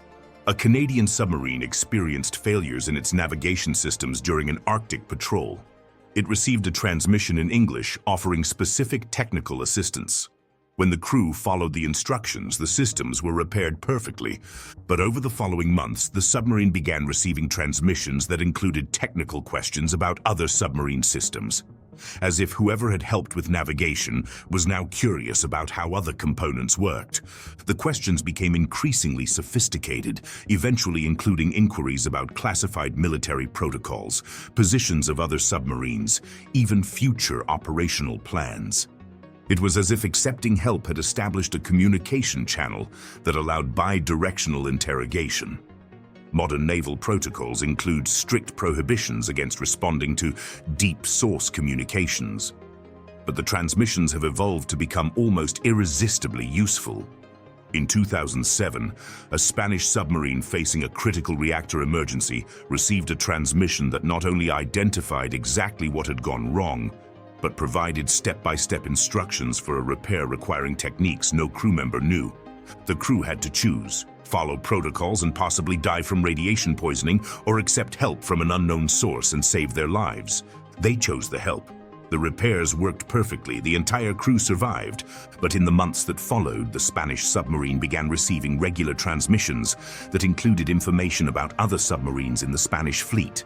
Details about classified naval bases, even private conversations between officers that had occurred in supposedly secure rooms.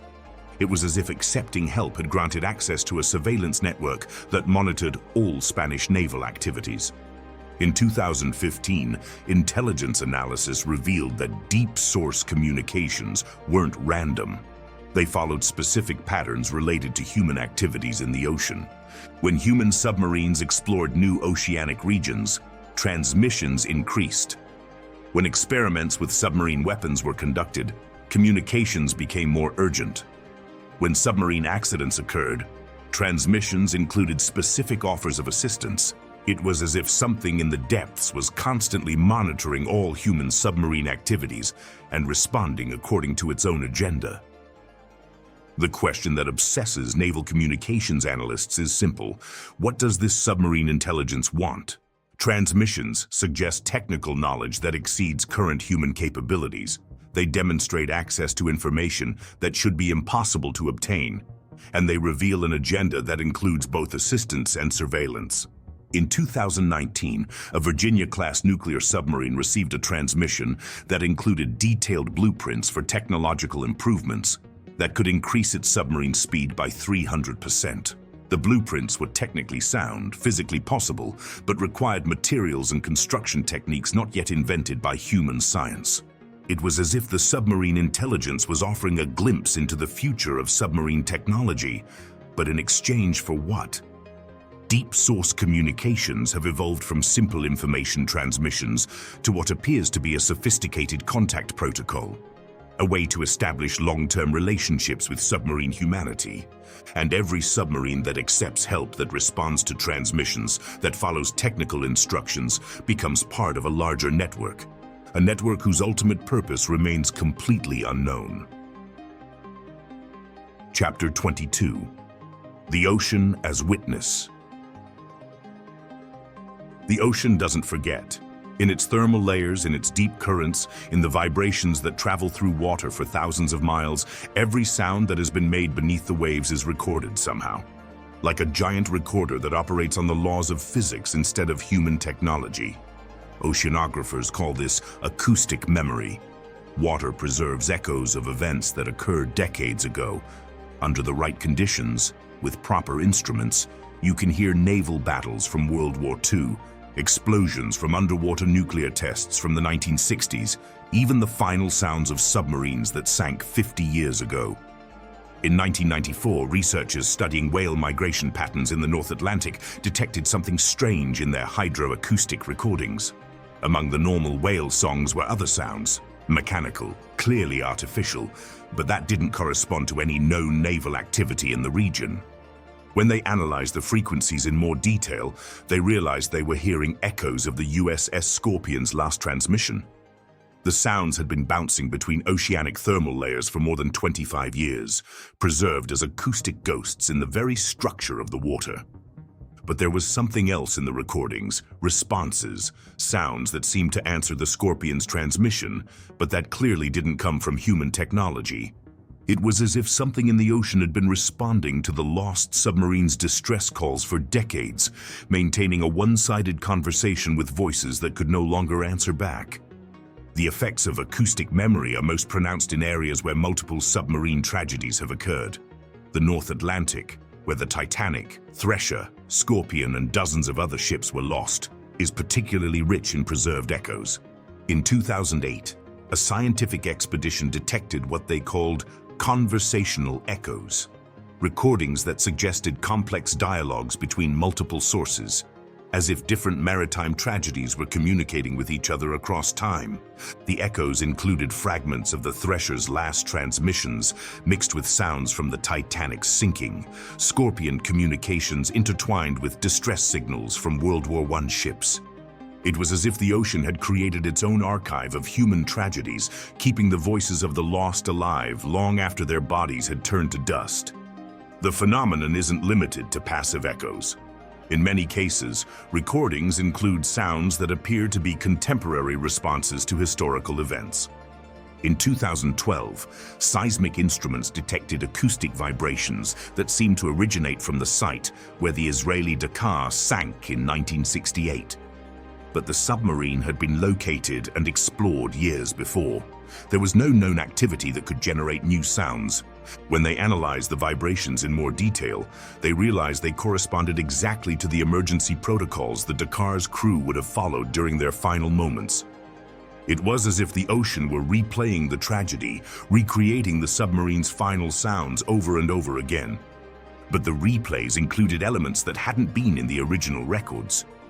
Additional sounds that suggested responses, communication attempts, even rescue efforts by unidentified sources. It was as if the ocean were correcting history, adding elements that should have been there but had somehow been omitted from official records. Modern analyses of oceanic acoustic memory have revealed that the phenomenon is much more complex than initially thought. It's not just passive preservation of sounds, it's active information processing. The ocean seems capable of separating complex signals, isolating specific conversations, even translating between different languages and communication protocols. As if it were a massive computer using the physical properties of water to process and store information. In 2016, researchers discovered they could query oceanic acoustic memory using specific frequencies. By transmitting questions in certain tones and patterns, they could provoke the ocean to reproduce echoes related to specific topics. Ask about lost submarines, and the ocean reproduces fragments of their last transmissions. Ask about military activity at certain coordinates, and you get echoes of naval exercises that occurred decades ago. It was as if the ocean had developed its own search system, capable of locating and reproducing any sound that had been preserved in its waters. But the responses include information that goes beyond simple replay. The ocean seems capable of interpolating, of filling gaps in damaged recordings, even of providing context that wasn't present in the original transmissions. When researchers asked about the circumstances of the K-129's loss, the ocean reproduced not only the submarine's known transmissions, but also communications in Russian that seemed to be internal Soviet reports about the search for the lost submarine. Communications that had never been intercepted by Western intelligence, but that the ocean had somehow preserved. Oceanic acoustic memory has revealed information about submarine events that contradicts official records. In many cases, echoes preserved in the water tell different stories from governmental versions of submarine tragedies. The Scorpion's echoes include transmissions suggesting the crew had much more time to respond to their emergency than official reports indicate. The Thresher's preserved sounds include communications with another entity, not identified in official records, that seem to be providing technical assistance during the crisis. It was as if the ocean were a more reliable witness than human archives, preserving the complete truth of events that had been censored or misreported officially. In 2020, researchers made a discovery that fundamentally changed understanding of oceanic acoustic memory. It doesn't just preserve sounds from the past, it also seems capable of predicting future events. Recordings made in areas where submarine tragedies subsequently occurred include premature echoes, sounds that correspond to events that hadn't yet occurred when the recordings were made. It was as if the ocean could hear the future as clearly as it remembered the past. The ocean has become more than a medium where submarine tragedies occur. It's an active participant, a conscious observer, a living archive of everything that has happened beneath its waves. And increasingly, it seems to be trying to communicate what it has seen to those willing to listen. Chapter 23: The Ocean as Witness. After all these stories, after all these cases we have explored, one reality becomes impossible to ignore. The ocean is not just an empty space filled with salt water. It is something much more complex, much more conscious than we had ever imagined, and every submarine that has been lost, every anomaly we have documented, every inexplicable phenomenon we have analyzed, all point toward the same disturbing conclusion. The ocean observes, the ocean remembers, and the ocean responds. Think about it for a moment. We have seen submarines disappear in total silence, leaving no trace whatsoever. We have documented cases where multiple vessels experience simultaneous failures in different parts of the world. We have recorded communications coming from sources that don't exist, voices speaking languages no one recognizes, objects moving at speeds that defy known physics. What do all these events have in common? They occur in the depths, where pressure is extreme, where darkness is absolute, where conditions are so hostile that very few human beings have been there to be direct witnesses. It's as if the ocean had multiple personalities. On the surface, it's relatively predictable. We can navigate, we can fish, we can understand its basic patterns. But the deeper we go, the stranger it becomes. Rules change, physics behaves in unexpected ways, and something else begins to manifest. The patterns we have identified are not coincidences. The year 1968, when multiple nuclear submarines disappeared in different oceans. The specific geographical zones where these incidents concentrate, the electromagnetic effects that seem to respond intelligently to human presence, the sonar contacts that show coordinated behavior on a global scale. All this suggests there is an intelligence operating in oceanic depths, not necessarily an intelligence as we understand it, but something that can observe, analyze, and respond to our activities in ways we cannot predict or control. And maybe it has always been there. Maybe what we call modern submarine mysteries are simply the first time in human history that we have enough technology to detect something that has existed for millennia. Oceanographers tell us we have explored less than 5% of our oceans. That means the remaining 95% remains completely unknown to us. What else could be hidden in those vast, unexplored regions?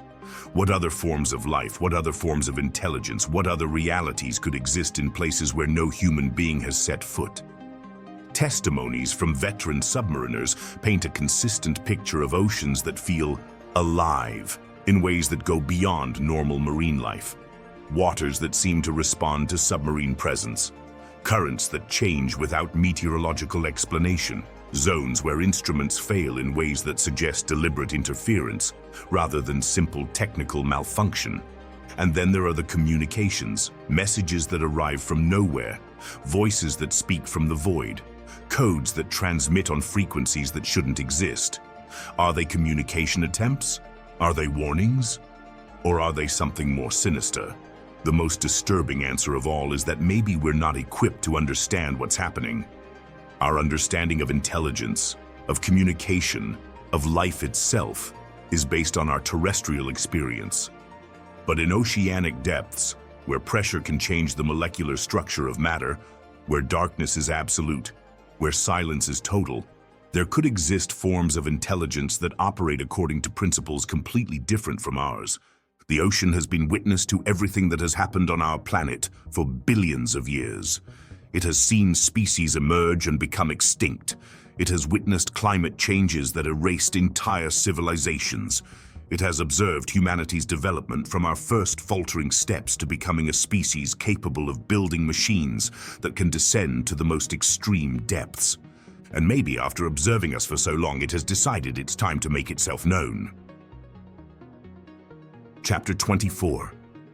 The Future of Mysteries. While you have been listening to these stories, while we have been exploring these mysteries ranging from the Cold War to events as recent as 2023, one thing has remained constant. The phenomena are not diminishing. If anything, they are becoming more frequent, more sophisticated, more impossible to ignore. Current submarine technology makes submarines from the 1960s look like primitive toys. We have sensors that can detect whispers hundreds of miles away, navigation systems that can determine position with centimeter precision, communications that can transmit encrypted data across entire oceans in seconds. And yet mysteries continue. If anything, our improved capabilities have made us more aware of how much we don't know. Next-generation submarines being developed include artificial intelligence systems that can make independent decisions, propulsion that doesn't depend on traditional propellers, and even adaptive camouflage capabilities that can make a submarine perfectly mimic the surrounding oceanic environment. But each technological advance also opens new vulnerabilities. More complex systems mean more ways things can go wrong. Greater dependence on computers means greater susceptibility to electromagnetic interference. And improved detection capabilities mean we also detect more things we can't explain. Current naval protocols now include specific procedures for anomalous contact situations that would have been unimaginable 50 years ago. Crews receive training on how to respond to inexplicable electromagnetic phenomena. Automated systems are programmed to document but not report certain types of sonar contacts. It's as if the world's navies are silently preparing for realities they're not ready to admit publicly. Files scheduled for declassification in coming years could reveal much more about these phenomena. Project Azorian documents that have remained sealed for decades, complete records of Operation Ivy Bells, detailed data on the electromagnetic incidents we have discussed. But there's also growing pressure from within military organizations themselves for greater transparency. Retired officers speaking more openly about experiences they had kept secret for decades. Technicians leaking information about anomalies they consider too important to keep classified. The information age makes it increasingly difficult to maintain absolute secrets, especially when those secrets involve phenomena that affect multiple nations, multiple military services, multiple scientific research groups. The question isn't whether these mysteries will eventually be fully revealed. The question is whether we'll be prepared for the implications of what they might reveal. Because if the patterns we have identified are correct, if there really are intelligences operating in our oceans that predate humanity, then our fundamental understanding of our place on this planet could be about to change dramatically, and maybe it's already time for it to change. Chapter 25, The Final Silence. We have reached the end of our journey through the most disturbing mysteries hidden in oceanic depths. We have explored submarines that disappeared without explanation. We have documented phenomena that defy scientific understanding. We have analyzed patterns that suggest intelligence is operating according to rules we don't understand. But maybe the most important lesson from all these stories isn't what we've learned about the ocean. It's what we've learned about ourselves. For decades, we have sent our most sophisticated machines to the depths, convinced that sufficient technology would allow us to conquer any mystery, explore any frontier, understand any phenomenon. We have acted as if the ocean were simply an empty space waiting to be filled with our knowledge. But every story we have told here suggests the opposite. The ocean isn't empty. It's not passively awaiting our exploration. It's alive in ways we're barely beginning to understand. And maybe, just maybe, it doesn't like being disturbed. Submariners who have survived encounters with these inexplicable phenomena speak of a common sensation: humility. The sudden and overwhelming understanding that we are visitors in a world that doesn't belong to us, that operates according to rules we didn't write, that contains intelligences that existed long before we appeared and will probably exist long after we're gone. That humility might be exactly what we need. Because as long as we keep approaching the ocean as conquerors instead of as guests, as long as we keep assuming our technology gives us the right to unrestricted access to any part of our planet, we'll probably keep encountering resistance in ways we can't predict or control. The future of oceanic exploration might require not just better machines, but better attitudes. Not just more sensitive sensors, but greater sensitivity toward the possibility that we're not alone in the depths. The mysteries we have explored here, the K-129, the Scorpion, the Dakar, the fast movers, the electromagnetic anomalies, all of them could be communication attempts, warnings, invitations, or simply the natural consequences of entering territories we don't understand. The only thing we know with certainty is that the ocean still has secrets to reveal. Secrets that could change our understanding of life, of intelligence, of our place in the universe. And as we navigate toward a future where technology will allow us to go deeper, stay longer, detect more things, we have to ask ourselves a fundamental question. Are we prepared for what we might find? Because in the darkest depths of the ocean, where pressure can crush steel and silence is absolute, something is waiting. Something that has been observing, listening, learning for much longer than we can imagine. And maybe after all these decades of inexplicable mysteries, impossible encounters, phenomena that defy all explanation, it's time to acknowledge a simple but profound truth. The ocean doesn't need to explain anything to us, but we have much to learn from it. The final silence doesn't belong to the mysteries we have explored. It belongs to us. The moment when we stop asking questions that assume we have the right to all answers, and begin listening with the humility of those who recognize there are things in this world much bigger, older, and wiser than us. In the ocean, silence isn't absence, it's presence. And maybe if we learn to listen correctly, we might finally understand what it has been trying to tell us all this time. The depths guard their secrets, but maybe, just maybe, they're ready to share some of them with those who approach not as conquerors, but as students willing to learn from teachers who have been here since the beginning of time.